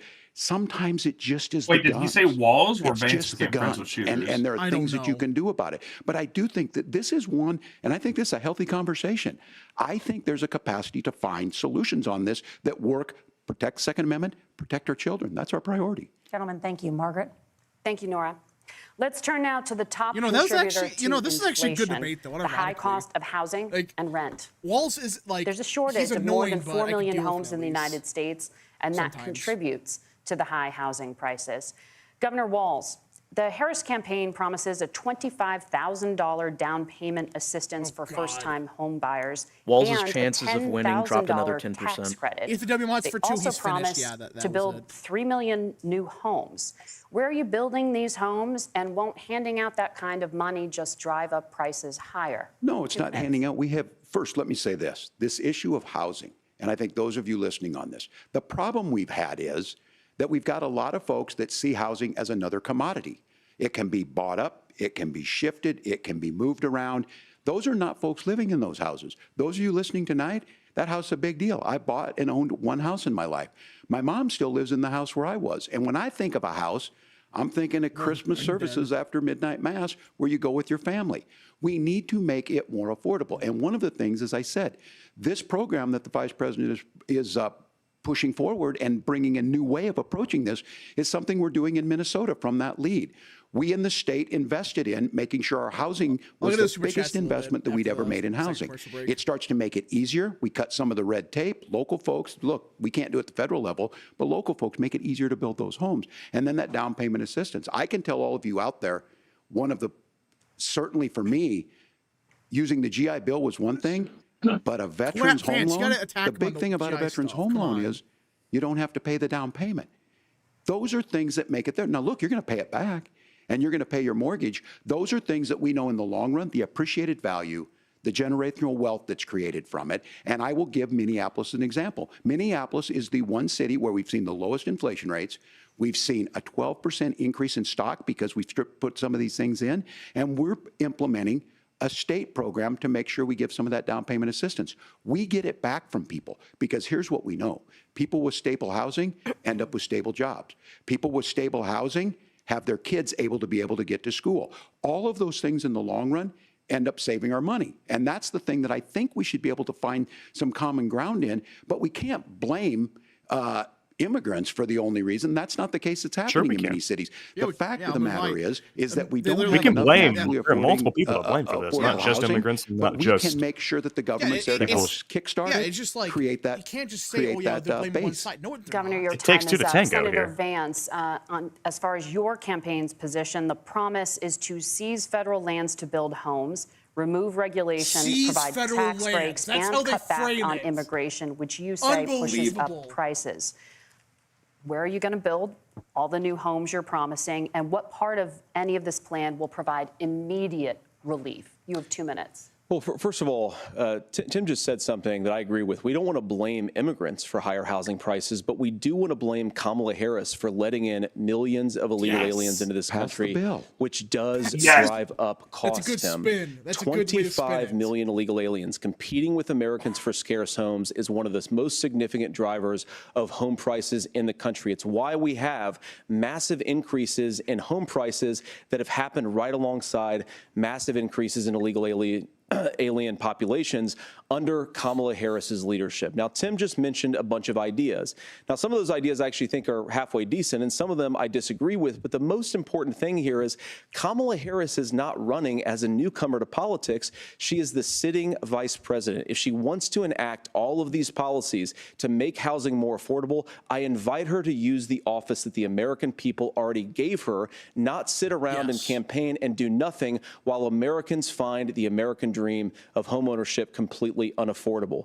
Now, you asked, Margaret, what would immediately change the equation for American citizens if you lower energy prices? As Donald Trump says, drill, baby, drill. One of the biggest drivers of housing costs, aside from illegal immigration, is, think about it. If a truck driver is paying 40% more for diesel, then the lumber he's delivering to the job site to build the house is also going to become a lot more expensive. If we open up American energy, you will get immediate pricing relief for American citizens, not, by the way, just in housing, but in a whole host of other economic goods, too. Senator Vance, you still have 23 seconds there. Do you want to answer? Can I have it? Where, Governor, we will get to you in a moment. But Senator, where are you going to seize the federal lands? Can you clarify? Seize the. Well, what Donald Trump has said is we have a lot of federal lands that aren't being used for anything. They're not being used for a national park. They're not being used, and they could be places where we build a lot of housing. And I do think that we should be opening up building in this country. We have a lot of land that could be used. We have a lot of Americans that need homes. We should be kicking out illegal immigrants who are competing for those homes, and we should be building more homes for the American citizens who deserve to be here. Senator, your time is up. Governor, I do want to let you respond to the allegation that the vice president is letting in. Well, of course, that's not true. And again, you have the facts. I guess we prices. agreed not to fact check. I'll check it. That, look, crossings are down compared to when Donald Trump left office. But it's, again, blaming and not trying to find a solution. I was going to ask, though, on this question, are we going to drill and build houses in the same federal land? And I think when people hear federal lands, these are really important pieces of land. Now, Minnesota doesn't have a lot of federal lands. I know in the western part of the countries we do.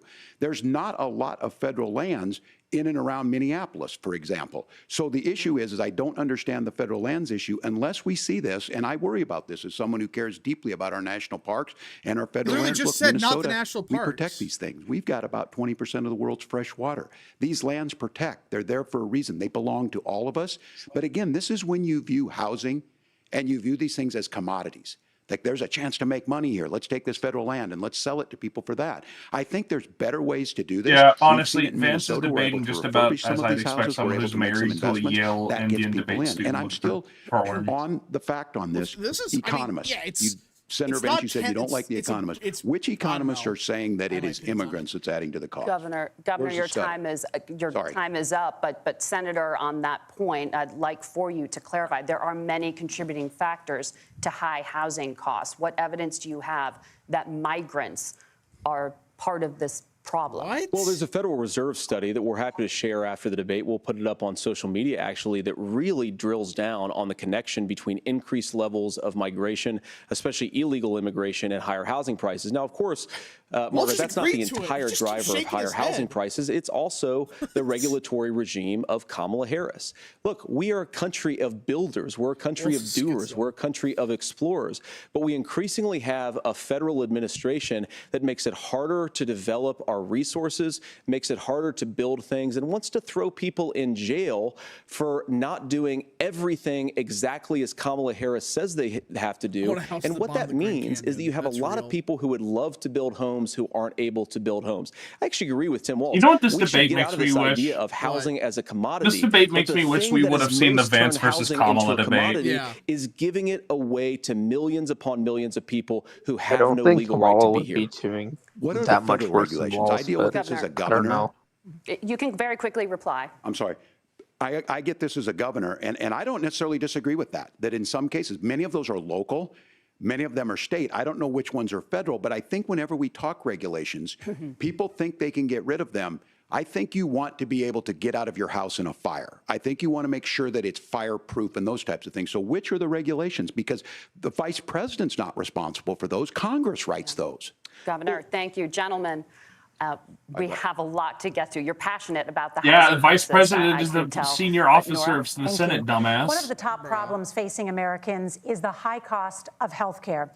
Senator Vance, at the last presidential debate, former President Trump was asked about replacing the Affordable Care Act. In response, he said, I have concepts of a plan. Since then, Senator, you've talked about changing how chronically ill Americans get health insurance. Can you explain how that would work? And can you guarantee that Americans with pre-existing conditions won't pay more? I'll give you 2 minutes. Well, of course, we're going to cover Americans with pre-existing conditions. In fact, a lot of my family members have gotten health care. I believe, members of my family actually got private health insurance, at least for the first time, switched off of Medicaid onto private insurance for the first time under Donald Trump's leadership. And I think that, a lot of people have criticized this concepts of a plan remark. Look, it's very simple common sense. I think as Tim Walz knows from 12 years in Congress, you're not going to propose a 900-page bill standing on a debate stage. It would bore everybody to tears, and it wouldn't actually mean anything because part of this is the give and take of bipartisan negotiation. Now, when Donald Trump was actually actually president. And again, he has a record to be proud of. Prescription drugs fell in 2018 for the first time in a very long time. Under Kamala Harris's leadership, prescription drugs are up about 7%. Under Donald Trump's entire 4 years, they were up about 1.5%. He introduced pricing transparency. Think about healthcare. You go into a hospital, you try to buy something, and nobody knows what it actually costs. That price transparency will actually give American consumers a little bit more choice and will also drive down costs. And we talked about, you know, the reinsurance regulations is what I was talking about. Look, Donald Trump has said that if we allow states to experiment a little bit on how to cover both the chronically ill but the non-chronically ill, it's not just a plan. He actually implemented some of these regulations when he was president of the United States. And I think you can make a really good argument that it salvaged Obamacare, which was doing disastrously until Donald Trump came along. And I think this is an important point about President Trump. Of course, you don't have to agree with everything that President Trump has ever said or ever done. But when Obamacare was crushing under the weight of its own regulatory burden and health care costs, Donald Trump could have destroyed the program. Instead, he worked in a bipartisan way to ensure that Americans had access to affordable care. It's not perfect, of course, and there's so much more that we can do. But I think that Donald Trump has earned the right to put in place some better health care policies. He's earned it because he did it successfully the first time. Remember when people said that Vance wasn't a good, here's like, where a good being choice? an old guy gives you some history. I was there at the creation of the ACA. And the reason it was so important is I come from a major healthcare state, home of the Mayo Clinic, home to Medical Alley, 3M, Medtronic, all of those. We understand healthcare. It's why we're ranked first on affordability and accessibility and quality of healthcare. And so what I know is under Kamala Harris, more people are covered than they have before. And those of you listening, this is critical to you. Now, Donald Trump all of a sudden wants to. Go back and remember this. What? He ran on the first thing he was going to do on day one was to repeal Obamacare. On day one, he tried to sign an executive order to repeal the ACA. He signed on to a lawsuit to repeal the ACA, but lost at the Supreme Court. And he would have repealed the ACA had it not been for the courage of John McCain to save that bill. Now, fast forward, what that means to you is you lose your Walz down to pre-existing 41 conditions. on Poly If you're Market. sitting at home and you got asthma, too bad. If you're a woman, probably not. Broke your foot during football, might kick you out. Your kids get kicked out when they're 26. You're a woman? Kamala No, Harris babe. negotiated drug prices for the first time with Medicare. We have 10 drugs that will come online, the most common ones that'll be there. But look, this issue, and when Donald Trump said, I've got a concept of a plan, it cracked me up as a fourth grade teacher because my kids would have never given me that. But what Senator Vance just explained might be worse than a concept, because what he explained is pre-Obamacare. And I'll make this as simple as possible because I have done this for a long time. What they're saying is, if you're healthy, why should you be paying more? So what they're going to do is let insurance companies pick who they insure, because guess what happens? You pay your premium, it's not much. They figure they're not going to have to pay out to you. But those of you a little older, gray, you know, got cancer, you're going to get kicked out of it. That's why the system didn't work. Kamala Harris will protect and enhance the ACA. Governor, thank you. Senator, you have not yet explained how you would protect people with pre-existing conditions or laid out that plan. Well, look, we currently have laws and regulations in place right now that protect people with pre-existing conditions. We want to keep those regulations in place, but we also want to make the health insurance marketplace function a little bit better. Now, what Governor Walz just said is actually not true. A lot of what happened and the reason that Obamacare was crushing under its own weight is that a lot of young and healthy people were leaving the exchanges. Donald Trump said Governor Walz address that problem, and he did so in a way that preserved people's access to coverage who had pre-existing conditions. But again, something that these guys do is they make a lot of claims about if Donald Trump becomes president, all of these terrible consequences are going to ensue. But in reality, Donald Trump was president. Inflation was low. Take-home pay was higher. And he saved the very program from a Democratic administration that was collapsing and would have collapsed absent his leadership. He did his job, which is govern in a bipartisan way and get results, not just complain about problems, but actually solve them. Governor, did enrollment under the Affordable Care Act go up under the Trump administration? It's higher now. that we've seen it go up. Look, people are using it. The system works.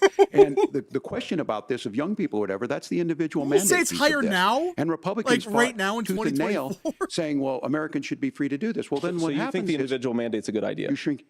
I think the idea of making sure the risk pool is broad enough to cover everyone, that's the only way insurance works. When it doesn't, it collapses. You are asking pre-ACA where we get people out. Look, people know that they need to be on health I'd like to point out People something. expect it What? to be Walz there. said being a woman and is a when we are pre-existing able to make condition. it, and we are making it this way, when we incentivize people to be in the market, Nobody's going to remember might that not because be able to afford it get there, and we make really sure bad. then when you get sick and old, it's there for you. Because I heard people say, well, I don't want to buy into Medicare or whatever. Good luck buying health care once you get past 70. So look, the ACA works. We can continue to do better. Kamala Harris did that. The way she made everything better was negotiating those 10 drugs on Medicare for the first time in American history. Bullshit. Margaret, Can I address that? I apologize. We're out of Go time. ahead, We have a Nora. number of subjects to discuss. Margaret. Let's talk about families in America. Families? There is a child care crisis in this country, and the United States is one of the very few developed countries in the world without a national paid leave program for new parents. Governor Walz, you've said that if Democrats win both the White House and Congress, this is a day one priority for you. How long should employers be required to pay workers while they are home taking care of their newborns? You have 2 minutes. Yeah, well, that's negotiable, and that's what Congress worked. But here's what the deal is. Americans sitting out there right now, you may work for a big company. Look, we're home in Minnesota to some of the largest Fortune 500 companies. Kamala Harris knows that in California. Why would you Those want to mention companies she's from provide California? paid family medical leave. Why would you One mention is, that? I think they're moral and they think it's a good thing, but it also keeps their employees healthy. We in Minnesota passed a paid family medical leave. You have a child, and I had to go back to work 5 days after my kids were born. This allows you to stay home a certain amount of time. What we know is that gets the child off to a better start, the family works better, we stay in their employers, we get more consistency in that. So Kamala Harris has made it a priority. We implemented it in Minnesota and we see growth. That's how you become a pro-business state. But the negotiations on it, and here's the issue, those big companies are able to offer it.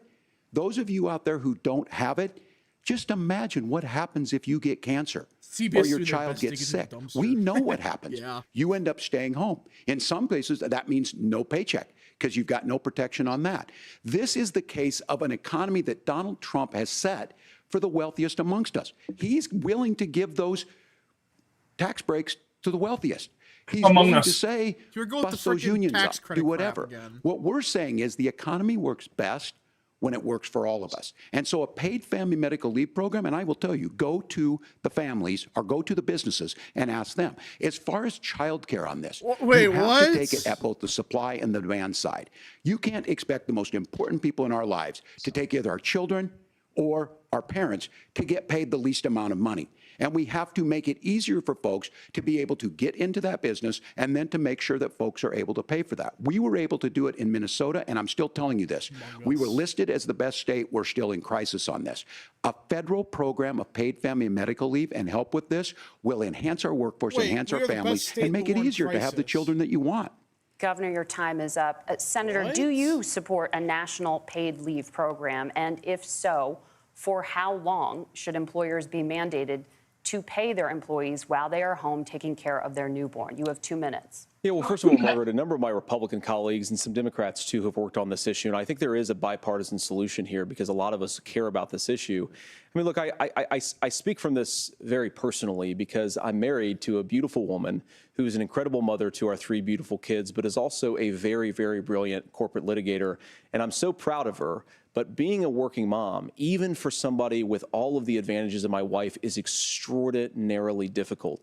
And it's not just difficult from a policy perspective. She actually had access to paid family leave because she worked for a bigger company. But the cultural Walz keep pressure nodding? on Like he young families and agrees. especially young women, I think makes it He really seriously hard for looks people like to he's choose all the a family ghost. model Holy they shit, want. A dude. lot of young Yeah, women I would know like what's to go back going to work on. immediately. Some would like to spend a little time home with the kids. The Some would ball like to sack spend is longer at afraid. home with the kids. We should have a family care model that makes choice possible. And I His think nuts this is are a quaking. very important substantive difference between Donald Trump and Kamala Harris. Walz agreed it's not a good look If you for look at the Harris, I don't federal think, programs that we because have that people are just support gonna be like, paid "Oh, wait, family leave Vance right actually now, winning." the Community Development Block Grant, and there's another block grant program that spends a lot of money from the federal government.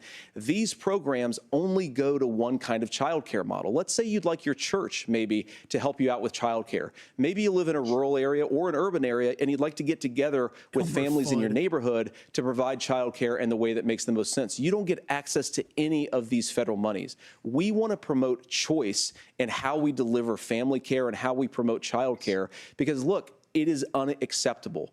And, of course, Tim and I have been on the campaign trail a lot the past 7 or 8 weeks.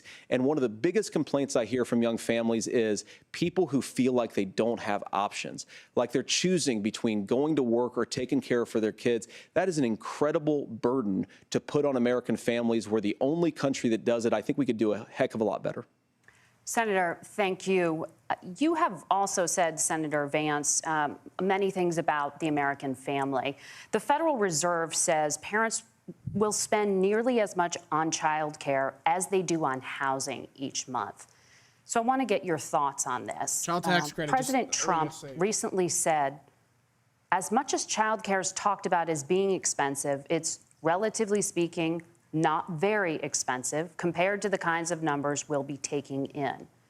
Is President Trump committed to the $5,000 per child tax credit that you have described? Trump really proposed it. Well, what President Trump said, Margaret, I just want to defend my running mate here a little bit, is that we're going to be taking in a lot of money by penalizing companies for shipping jobs overseas and penalizing countries who employ slave laborers and then ship their products back into our country and undercut the wages of American workers.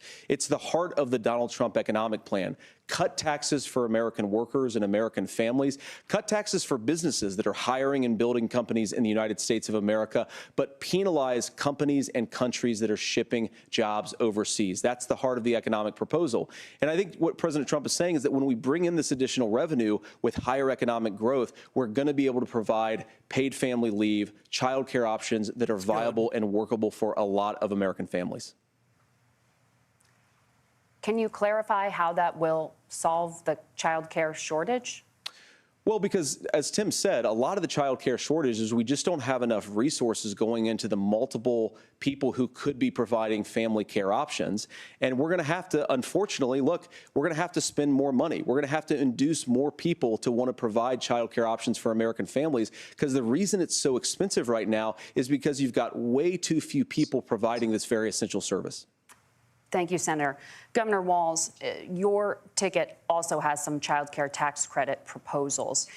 Do you think Congress will agree to the $6,000 credit for newborns and $3,000 credit for children over the age of 6, as your campaign has promised? Is that realistic?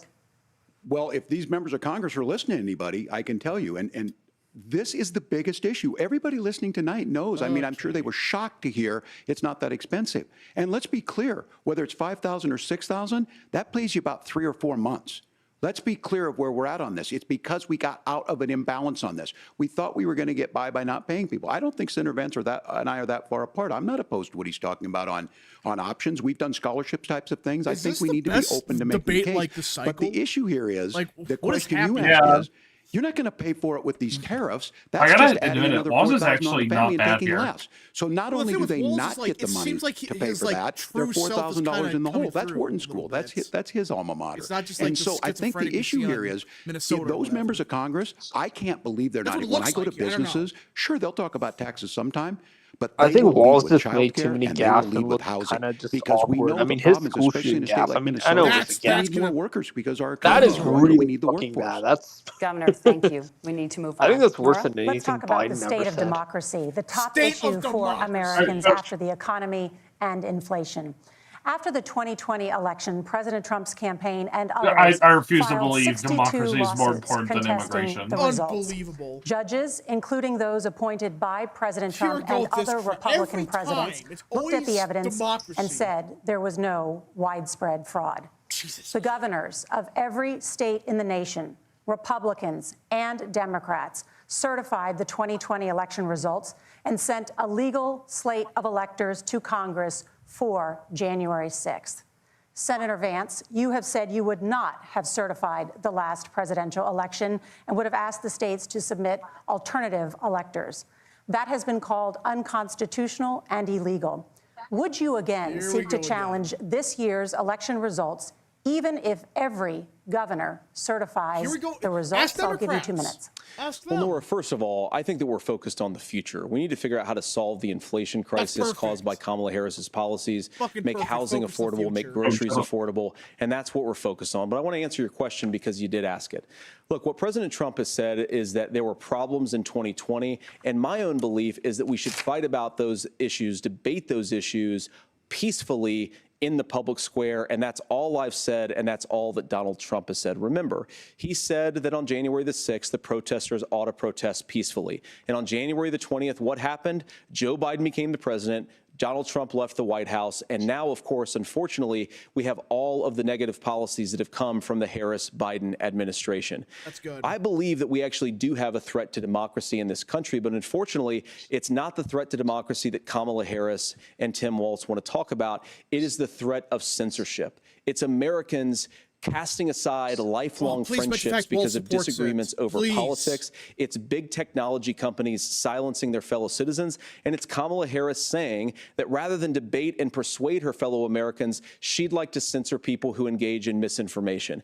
I think that is a much bigger threat to democracy than anything that we've seen in this country in the last 4 years, in the last 40 years.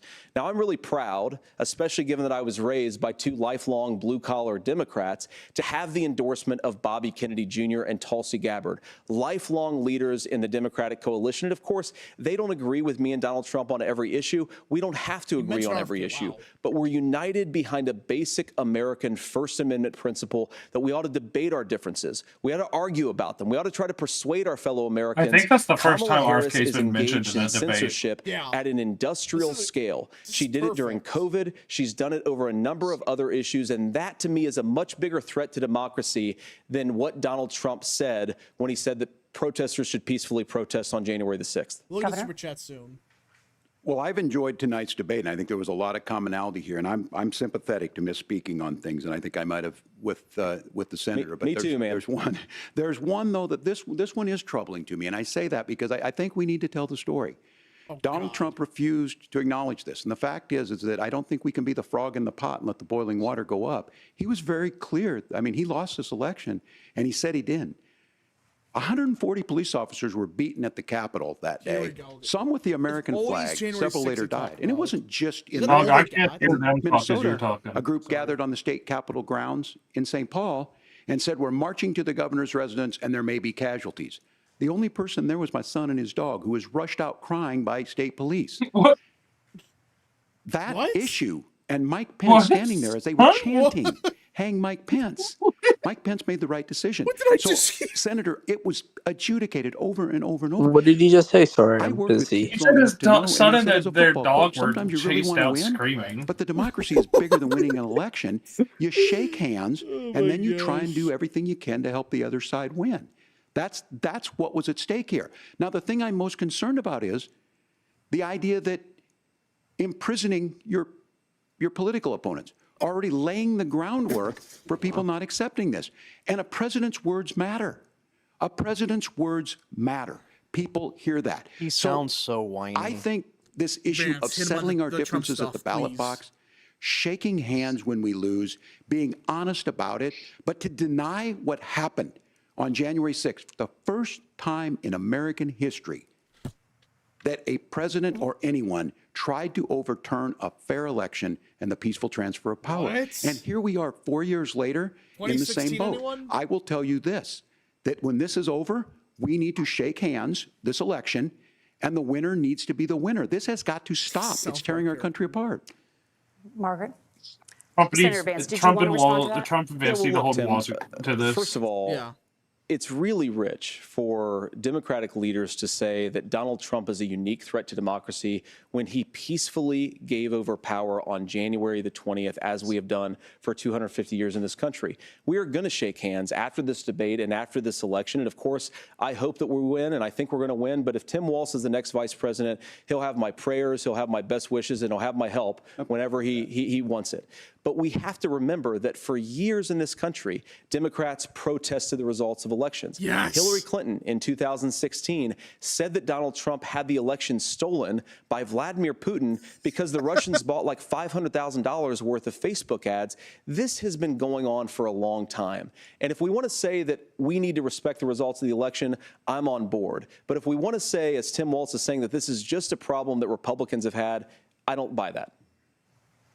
Governor. January 6th was not Facebook ads. And I think a revisionist history on this. Look, I don't understand how we got to this point. But the issue was that happened. No one Donald Trump gives can do a it. And flying all of us say crap there's about no January place for this. 6th. It has The voters don't massive care. repercussions. This idea that there's censorship to stop people from threatening to kill someone, threatening to do something, that's not censorship. Censorship is book banning. We've seen that. We've seen that brought up. I just think like Gavin Newsom, everyone tonight, and I'm going to thank Senator Vance. I think this is the conversation they want to hear, and I think there's a lot of agreement. But this is one that we are miles apart on. This was a threat to our democracy in a way that we had not seen, and it manifested itself because of Donald Trump's inability to say. He is still saying he didn't lose the election. I would just ask that: did he lose the 2020 election? Tim, I'm focused on the future. Did Kamala Harris censor Americans from speaking their mind in the wake of the 2020 COVID situation? That is a damning non-answer. It's Perfect a damning deflection. non-answer for you to not talk about censorship. Obviously, Donald Trump and I think that there were problems in 2020. We've talked about it. I'm happy to talk about it further. But you guys attack us for not believing in democracy. Yes. The most sacred right under the United States democracy is the First Amendment. You yourself have said there's no First Amendment just right called to misinformation. Yes! Kamala Harris Who wants said to it? use the power of government and big tech to silence people from speaking their minds. That is a finally threat to said it. democracy that will long outlive this present political moment. I would like Democrats and Republicans to both reject censorship. Let's persuade one another. Let's argue about ideas, and then let's come together afterwards. You can't yell fire in a crowded theater. That's the test. That's the Supreme Court test. Tim, fire in a crowded theater. You guys wanted to kick people off of Facebook for saying that toddlers shouldn't Senator, wear the masks. governor does That's have the not floor. Fire in a crowded theater. That is criticizing the policies of the government, which is the right of every American. Senator, the governor does have the floor That for was 1 minute to perfect. respond to you. Yeah. Well, I don't run Facebook. What I do know is I see a candidate out there who refused, and now again, and this I'm pretty shocked by this. He lost the election. This is not a debate. It's not anything anywhere other than in Donald Trump's world. Because look, when Mike Pence made that decision to certify that election, that's why Mike Pence isn't on this stage. What I'm concerned about is where is the firewall with Donald Trump? even if he lost. Like, Where is the firewall if he knows he could do anything, including taking an election, and his vice president's not going to stand to it? That's what we're asking you, America. Will you stand up? Will you keep your oath of office, even if the president doesn't? And I think Kamala Harris would agree. She wouldn't have picked me if she didn't think I would do that, because of course that's what You we are would the do. last-second So America, I selection. think you've got a really clear choice on this election of who's going to honor that democracy and who's going to honor Donald Trump. Governor, your time is up. Thank you, gentlemen. We will be right back with both of our candidates. The CBS News Vice Presidential. Okay. So how you guys think about that? Walz is far too effeminate. He is coming out very whiny. He is coming out very strange. He looks less experienced than J.D. Vance on this stage. Yeah. And that's what's going to lose the male vote. The men are looking at this debate. They see a very calm, collected, and precise man in J.D. Vance. And in Walz, they see a flabbering, gaffing buffoon that is like he's literally just like a broken ball sack that's crying on the floor. I did not expect this to happen. Holy shit. Like, this is insane. People are posting the Lord of the Rings meme, which is hilarious. This is amazing. Right. I did not expect Vance to do this. Phantom rated for 5. Rapke, fact check on Finland having a high gun ownership rate. I don't remember Nordic countries having a large amount of guns with people. So can someone fact check that? I don't know. American Nerd for 5. Rap, the more that Vance talks and takes down this clown, the more he becomes my favorite politician, besides Trump of all time. General Hydra for 2. Look at new poll leaning for this poll, or this debate. Superior Carolina for 2. I think Vance converted Walz lol. Yeah, it's like anytime Vance spoke, he was shaking his head in agreement. American Nerd for 5. Hold on. Yeah, American Nerd for 5. Rap, not only is this the best debate of the year, but this might be the most civil debate I've seen in years. Would you agree to that? Yeah, easily. This is the most civil debate we've had since like Obama. No, actually, this is more civil than Obama. Fuck. This is more civil than Obama. I would say Obama and McCain was last like civil one. I would say. A lot of people are talking about missed opportunities, but we have to understand part of Vance's case here is making them look like the common sense ticket, looking like very calm and collected. If he attacks him too much, it looks bad. That's the thing with like I wish he would have went a little bit harder on some of the abortion stuff. But I can understand what he's doing. He's making him. So I gotta ask you a question. John, because I don't think others here know. But you're somewhat familiar with the healthcare system. What do you think about all of Vance's positions on healthcare versus what Walz said tonight? Oh, no. JD Vance has the best healthcare opinions that I could find on the Republican side of the ticket. As far as Walz is concerned, I don't think he has, I don't think his brain even functions. I don't know. But yeah, no. If you go back and you look at his policies, JD does want to help reform the healthcare industry, either as a senator or as a vice president, but either way, I anticipate there being really good legislation being passed if JD has the whip with Congress. If JD's in charge of Congress. Phantom Raider for 2. Matt Gaetz has quoted Walz gaff on shooters. That was a big gaff. I don't know what he was talking about. Napoleon the Great for 10. Vance is the best in the first half, the most part people watch. Walz still lost the second half, but began to do a little bit better and became more friendly. But people already know who won. Just look at Play Market. Yeah, even Play Market's admitting that apparently there's a bunch of big donors spending a bunch of money to make Walz look better. That's what they're saying right now. SoCal Loom for 2. Vance War is insane. Yep. Clown World for 2. Vance debated 3 women and still won. Mike for 2. I think JD has secured the 2028 nomination tonight. Maybe. But yeah, I think the fact that the fact that Dems had a choice between Josh Shapiro and this, and they chose this, they're not competent. I don't care what anyone says. They're not competent just because they threw out Biden. No, they're not a competent party by any means. Yeah, but go ahead. Yeah, and I'll say this about I would say the only missed opportunity for Vance, is the stolen valor. I still think he should have said something about that, but. That hasn't been confirmed, and he's trying to come off as civil. Destroy Walz. Yeah, he's trying to come off as civil because, through this whole thing, he's been kind of complimenting Walz on some things. So it's he's trying to seem civil. He doesn't want to. He doesn't want to come out there and be like, "Oh yeah, you're a horrible person who the worst person may or may not have." Yeah, it makes sense.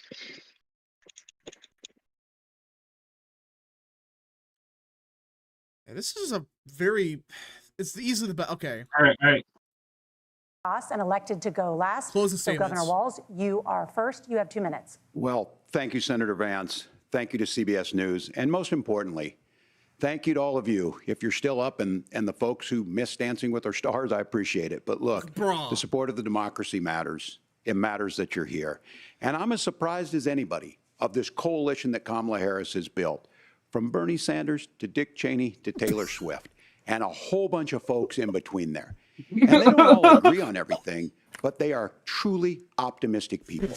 They believe in a positive future of this country and one where our politics can be better than it is. And I have to tell you, that better than it is the sense of optimism that there can be an opportunity economy that works for everyone, not just to get by, but to get ahead. And the idea that freedom really means something. Not the freedom of government to be in your bedroom or exam room, but the freedom for you to make choices about yourself. Now, look, we all know who Donald Trump is. He's told us, and as Maya Angelou said, believe him when he told you that. His first inaugural address talked about American carnage. And then he spent 4 years trying to maybe do that. Senator Vance tonight made it clear he will stand with Donald Trump's agenda. He will continue to push down that road. Excuse me. Kamala Harris gives us a different option. Now, what a glaring endorsement. I'm going to be careful about the quotes, but there's one that Senator Vance said that does resonate with me. He said, Donald Trump makes the people I care about afraid. A lot of America feels that way. We don't need to be afraid. Franklin Roosevelt was right. All we have to fear is fear itself. Kamala Harris is bringing us a new way forward. She's bringing us a politics of joy. She's How bringing bad do you real have to be solutions to for the quote middle class, FDR? and she's Yeah, centering you're you down at bad the on heart that of that. point. All the while asking everyone, join this movement, make your voices heard. Let's look for a new day where everybody gets that opportunity and everybody gets a chance to thrive. I humbly ask for your vote on November 5th for Kamala Harris. Governor Walz, thank you. Senator Vance, your closing statement. Well, I want to thank Governor Walz, you folks at CBS, and of course the American people for tuning in this evening. And one of the issues we didn't talk about was energy. And I remember when I was being raised by my grandmother, when she didn't have enough money to turn on the heat some nights because Ohio gets pretty cold at night and because money was often very tight.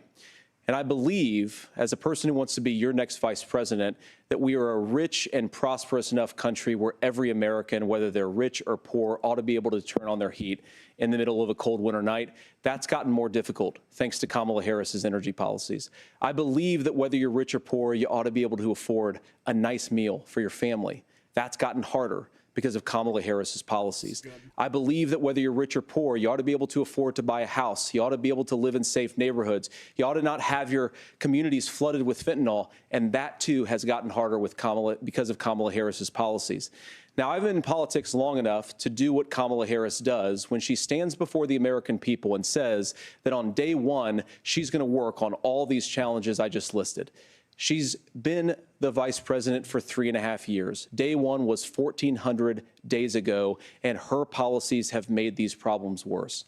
Now, I believe that we have the most beautiful country in the world. I meet people on the campaign trail who can't afford food, but have the grace and generosity to ask me how I'm doing and to tell me they're praying for my family. What that has taught me is that we have the greatest country, the most beautiful country, the most incredible people anywhere in the world. But they're not going to be able to achieve their full dreams with the broken leadership that we have in Washington. They're not going to be able to live their American dream if we do the same thing that we've been doing for the last 3.5 years. We need change. We need a new direction. We need a president who has already done this once before and did it well. Please vote for Donald Trump. And whether you vote for me or vote for Tim Walz, I just want to say I'm so proud to be doing this, and I'm rooting for you. God bless you, and good night. That was good. Senator Vance, thank you. And thank you both. Well, That was pretty. That's the end. All right, let it. What? I'm listening. Okay. No, it's over. Doomsday Machine for 5. I think I just witnessed a slaughter. That was a good debate, but it almost as one-sided as the debate in June. Nice job, Vance. Yeah, I mean, the only reason it wasn't as one-sided was Walz didn't completely collapse like Biden. But I just think Trump, like... Vance was just a fucking machine tonight. Holy shit. CNN's What? CNN's I can't hear what you're saying. Bro, can you not speak in Necron? Clown World for 5 to Walz. Orange Man bad, explain to Vance. Why Orange Man so bad? To Walz, 2 minutes respond to Vance. Why Orange Man bad? 1 minute. Yeah, that's how the moderators were. That was pathetic. But Vance won made that. Yeah. Vance won Okay, that. I guess I have to put it on speaker. No, I was saying that CNN is 100% going to show Walz won, though, in their poll. I don't know. I will note Polymarket ended with 59-41, Vance winning. Okay. Who won the debate? I gotta pull it because reasons. Okay. A Glitch Eevee for 2, best debate I've ever seen. I think the best, I don't know, like, this was probably the most civil one in a while, I would say. Oh, dude, all the Dems on Twitter are just spamming this debate. Nobody watched this debate. Exactly. Anyone who says that, you know they lost. Yeah. But those freaking, I think what won Vance the debate was when he body slammed the moderators like that. What the hell were they trying to accomplish? Like, all you did was just awaken like a bull moose. Funny enough, haha, get it? But like, yeah, I don't get it. I don't get what they were trying to accomplish. People, yeah, 9. Holy shit! This might This might be the most overwhelming poll we've ever done. 99% Vance. Holy shit. I gotta talk about this Trump truth. JD is steady and strong. Tampon Tim is sweating bullets. He is nervous. And anybody watching this who hasn't before, understand this isn't like this isn't a circle jerk. It's not like any sort of that kind of thing. There are people on here that are critical of Trump. Yeah, sometimes he gets like 2/3 to 33. Vance having 98% of the vote on this channel is a big deal. Yeah, 99. I also want to say, I will admit it. I fully backed Vance as vice president. My concerns with Vance being vice president was that he wasn't going to be, electorally broad enough. I will openly say I supported Youngkin for vice president. I was so Burgum. Everyone knows I was the Burgum train.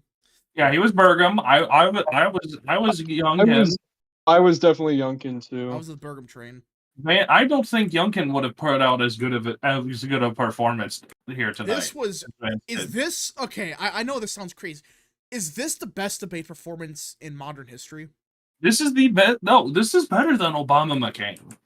Well, no, like I think this is the most civil debates in 20 years. Obviously, I think this is the best overall debate in at least 16 years. Because outside the moderators doing that one thing where it's like, actually, we had a fact check, and then he just said, F you. We got a couple super chats to read before I continue. That was actually fun. No, that was actually fun. I enjoyed watching that. That was not like the Trump-Harris debate where I was cringing internally, or the Trump-Biden debate where I just felt like elder abuse debate. Or like any of the Trump-Biden debates from 2020. Or even the Trump-Clinton debates. Like the second Trump-Clinton debate, that was painful to watch. Yeah, but Trump absolutely just... I remember that well. Yeah, because you'll be in jail. It's still the and then best they'll moment. like you go watch the Obama-Romney debates. You go watch the Trump-Clinton debates. You go watch the Trump-Biden debates. You go watch the Trump-Kamala debate. None of this compares. Okay. None of this compares to what happened between Vance and Walz. I'm sorry. Guys, our favorite Canadian conservative quote unquote commentator JJ McCullough just made a post get him out of here. Where he said Vance won everything, but the 2020 comment is going to make him lose the debate. American Nerd for 5. If this was a sword fight, Walz brought a tiny knife while Vance brought a freaking pirate sword and sprayed Walz with it. Yeah, it was a slaughter. Phantom Raider for 2. Can you not speak a Necron? Lol, I love 40k, dude. Yeah, so, okay. 1 minute ago, New Trafalgar Poll, Wisconsin. I saw that. Trump plus 1, Wisconsin. Baldwin plus 2. Here's what I'll say about this debate. This was, I would say, the best debate performance for a Democrat this cycle. Walz did better, way better than Biden, and I think better than Harris. Because at least he sounded like kind of reasonable. He was pretending to be reasonable, Walz doesn't have an IQ of 78, nor does he suffering from dementia, so he's automatically going to sound better. Yeah, but Walz, honestly, he would have done much better if he hadn't made so many gaffes and didn't look like he was sweating half the time.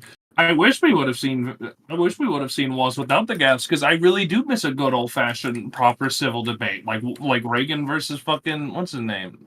Not Monday. Yeah, no. Clown World for 2. I think Trump Hillary would be in jail is better. Yeah, I still think that's the best debate. That's the best moment ever when Trump told Hillary she has to go to jail. But yeah, so I think with when it comes to the debate, this was a masterclass by Vance. This was possibly the best debate performance ever. I mean, who's better? I mean, I can't think of a better debate performance overall. I mean, I said it in the stream. I'll say it again. Vance performed exactly how I expect someone married to a Yale Indian debate student would perform. That's real. My mom's not that into politics, but she texted me, "Why is there a gay man from the 70s crying next to the nice-looking man?" I'm gay. No, I'm kidding. Oh my gosh. JD Vance just won a snap poll in the Baltimore media market. Yeah, guys. Political Pulse tweeted Walz is leading by 50 points. It's over. Vance lost. CNN is saying Vance won. Wait, what? Yeah, fake tappers admitting Vance won. Yeah, this was a disaster. Nick for 5. Vance won, not even close. He was confident, focused on the issues, unfazed by anything. Walz or the other matters threw at him. Excellent debate. Yeah, he absolutely just, I mean, anything that came his direction, he just deflected it perfectly. The only thing I wish he would have done better was probably the January 6th stuff. He was kind of getting to that point, but he didn't full-blown say, well, what about Russiagate? When Democrats try to, you know what? John, John, I'm putting this. Now what's up? I'm not sure that stream. Now let's not share that on the stream. Yeah, the fact that that's gonna be the gaffe of the debate. That's the thing. It's like the cat and dog thing, you know. That's the moment of the debate. I can't share it on stream, obviously, but So our takeaway from the 2024 debates is Biden has dementia. Tim Walz is being Tim Walz his has friends some with interesting oh friends. gosh, this is He has some bad. interesting friends. That we'll say that. This is just Yeah. But yeah, this is the best debate of the cycle. At least Walz, like, you can at least deal with it. Like, he was annoying at times, but at least I can deal with him. But I started laughing so hard I actually hurt my left eye. I don't fucking know how. all right. But yeah, where are the people at saying that Vance was the wrong choice? Where are they at? Where's the freaking where's the there it is. The apology form. Get that going. President Gilbert. Everybody should apologize. Yeah, I mean, I was one of the few people that defended the pick, even though I supported Burgum. I said this was still a good overall pick for. I'm on record on stream saying that Vance would be a fantastic vice president pick in terms of ensuring Trump's legacy. Hold on, what did Rufus say anything about this? Hold on. Oh yeah, no, he said Vance would lose in the national election. I think he blocked me. Let's see here. No, he didn't. What did he say about the debate? Oh, now Pennsylvania King is tweeting against Vance for not being pro-life enough. God. President, hold on. Yeah, so I would say this whole debate was not what the Harris campaign needed, because, for starters, it actually made Trump's campaign look more reasonable, I would say. Yeah. Because that's one thing that I didn't think about. If you just said, well, okay, Vance is part of this ticket and he's a common sense guy, well, Walz is kind of just saying whatever Harris says. Like, I didn't think about it that way. Like, that was smart. Tim Walz's objective was not to be a cuddly teddy bear. He was not supposed to make Vance look like a reasonable person. He was supposed to paint him as just as psychotic as Donald Trump, and he failed to do that. Another one of the problems, and this is coming up from multiple people texting me about this as the debate is going on, Tim Walz was too effeminate. Kamala Harris lost a lot of male voters with her behavior. Democrats are saying there's no winner, so what does that tell you? Yeah, it tells you that we won. But yeah, no, he's far too effeminate. He was far too much of a doormat for Vance. Vance looked strong, concise, collected, and it's very obvious who men are going to vote for. We got breaking news from Frank Luntz's voter group, and I know Frank Luntz is a hack, but this group, there are only 5 Trump supporters before this debate. The same voter groups, they thought Vance won 12-2. Holy shit. I really want to have a specific conversation, and I know I mentioned this earlier, but like I really want John to talk further about Vance and healthcare here, because one of the things I don't think a lot of Republicans understand is how good Vance is on healthcare, which is an issue that we have been suffering on for almost 20 years now since Obamacare. Like, this is an issue Republicans have really suffered on, and Vance has come out of here not only in the wind of the wings, like that's not how the saying goes, but y'all know what I mean. Like for Senate for Ohio, but also like vice president for Trump. Like, I really want John to talk about that, because I mean, obviously he knows more than I. He and I have an understanding. Right. So the reason Tyrone keeps bringing this up is because I work in the healthcare industry. I help people get happy endings when they're going down really bad paths. And what I have to say about Vance's record is that he fundamentally wants to protect families from financial travesty that is caused by medical bills. It is part of his soul, his heart. It is probably deeply connected to his upbringing for many reasons. He did mention in the debate today that his mother went into medical debt to feed him. And one thing that I think that the Trump-Vance administration can accomplish is actually tackling down big pharma. I know Trump started. Vance can probably help him finish that fight, hopefully. And one thing I'll just fundamentally say, I'm not going to try to get into the nitty gritty, but what I will say is that healthcare screws over so many people on a daily basis in this country. People are left with 5, 6-digit numbers in medical debt, and it ruins their credit score. It ruins their prospects for a good life. JD Vance, as far as his record goes, I'm not going to get into like the nitty gritty, but he absolutely is the guy you want if you want a Republican to fix that and not a Democrat. We got a few super chats run through that we gotta get going. Cloud World for 5. Vance could have secured victory calling him tampon Tim. I don't think so. Tim's eyes at the start tell the story. He was terrified. Well, no, I just think it made Walz look like unprepared. He was sweaty. He didn't know what was going on. And old Vance just looked normal. Which, by the way, so much for the weird talking point. That's out the window. No, Walz looked weird.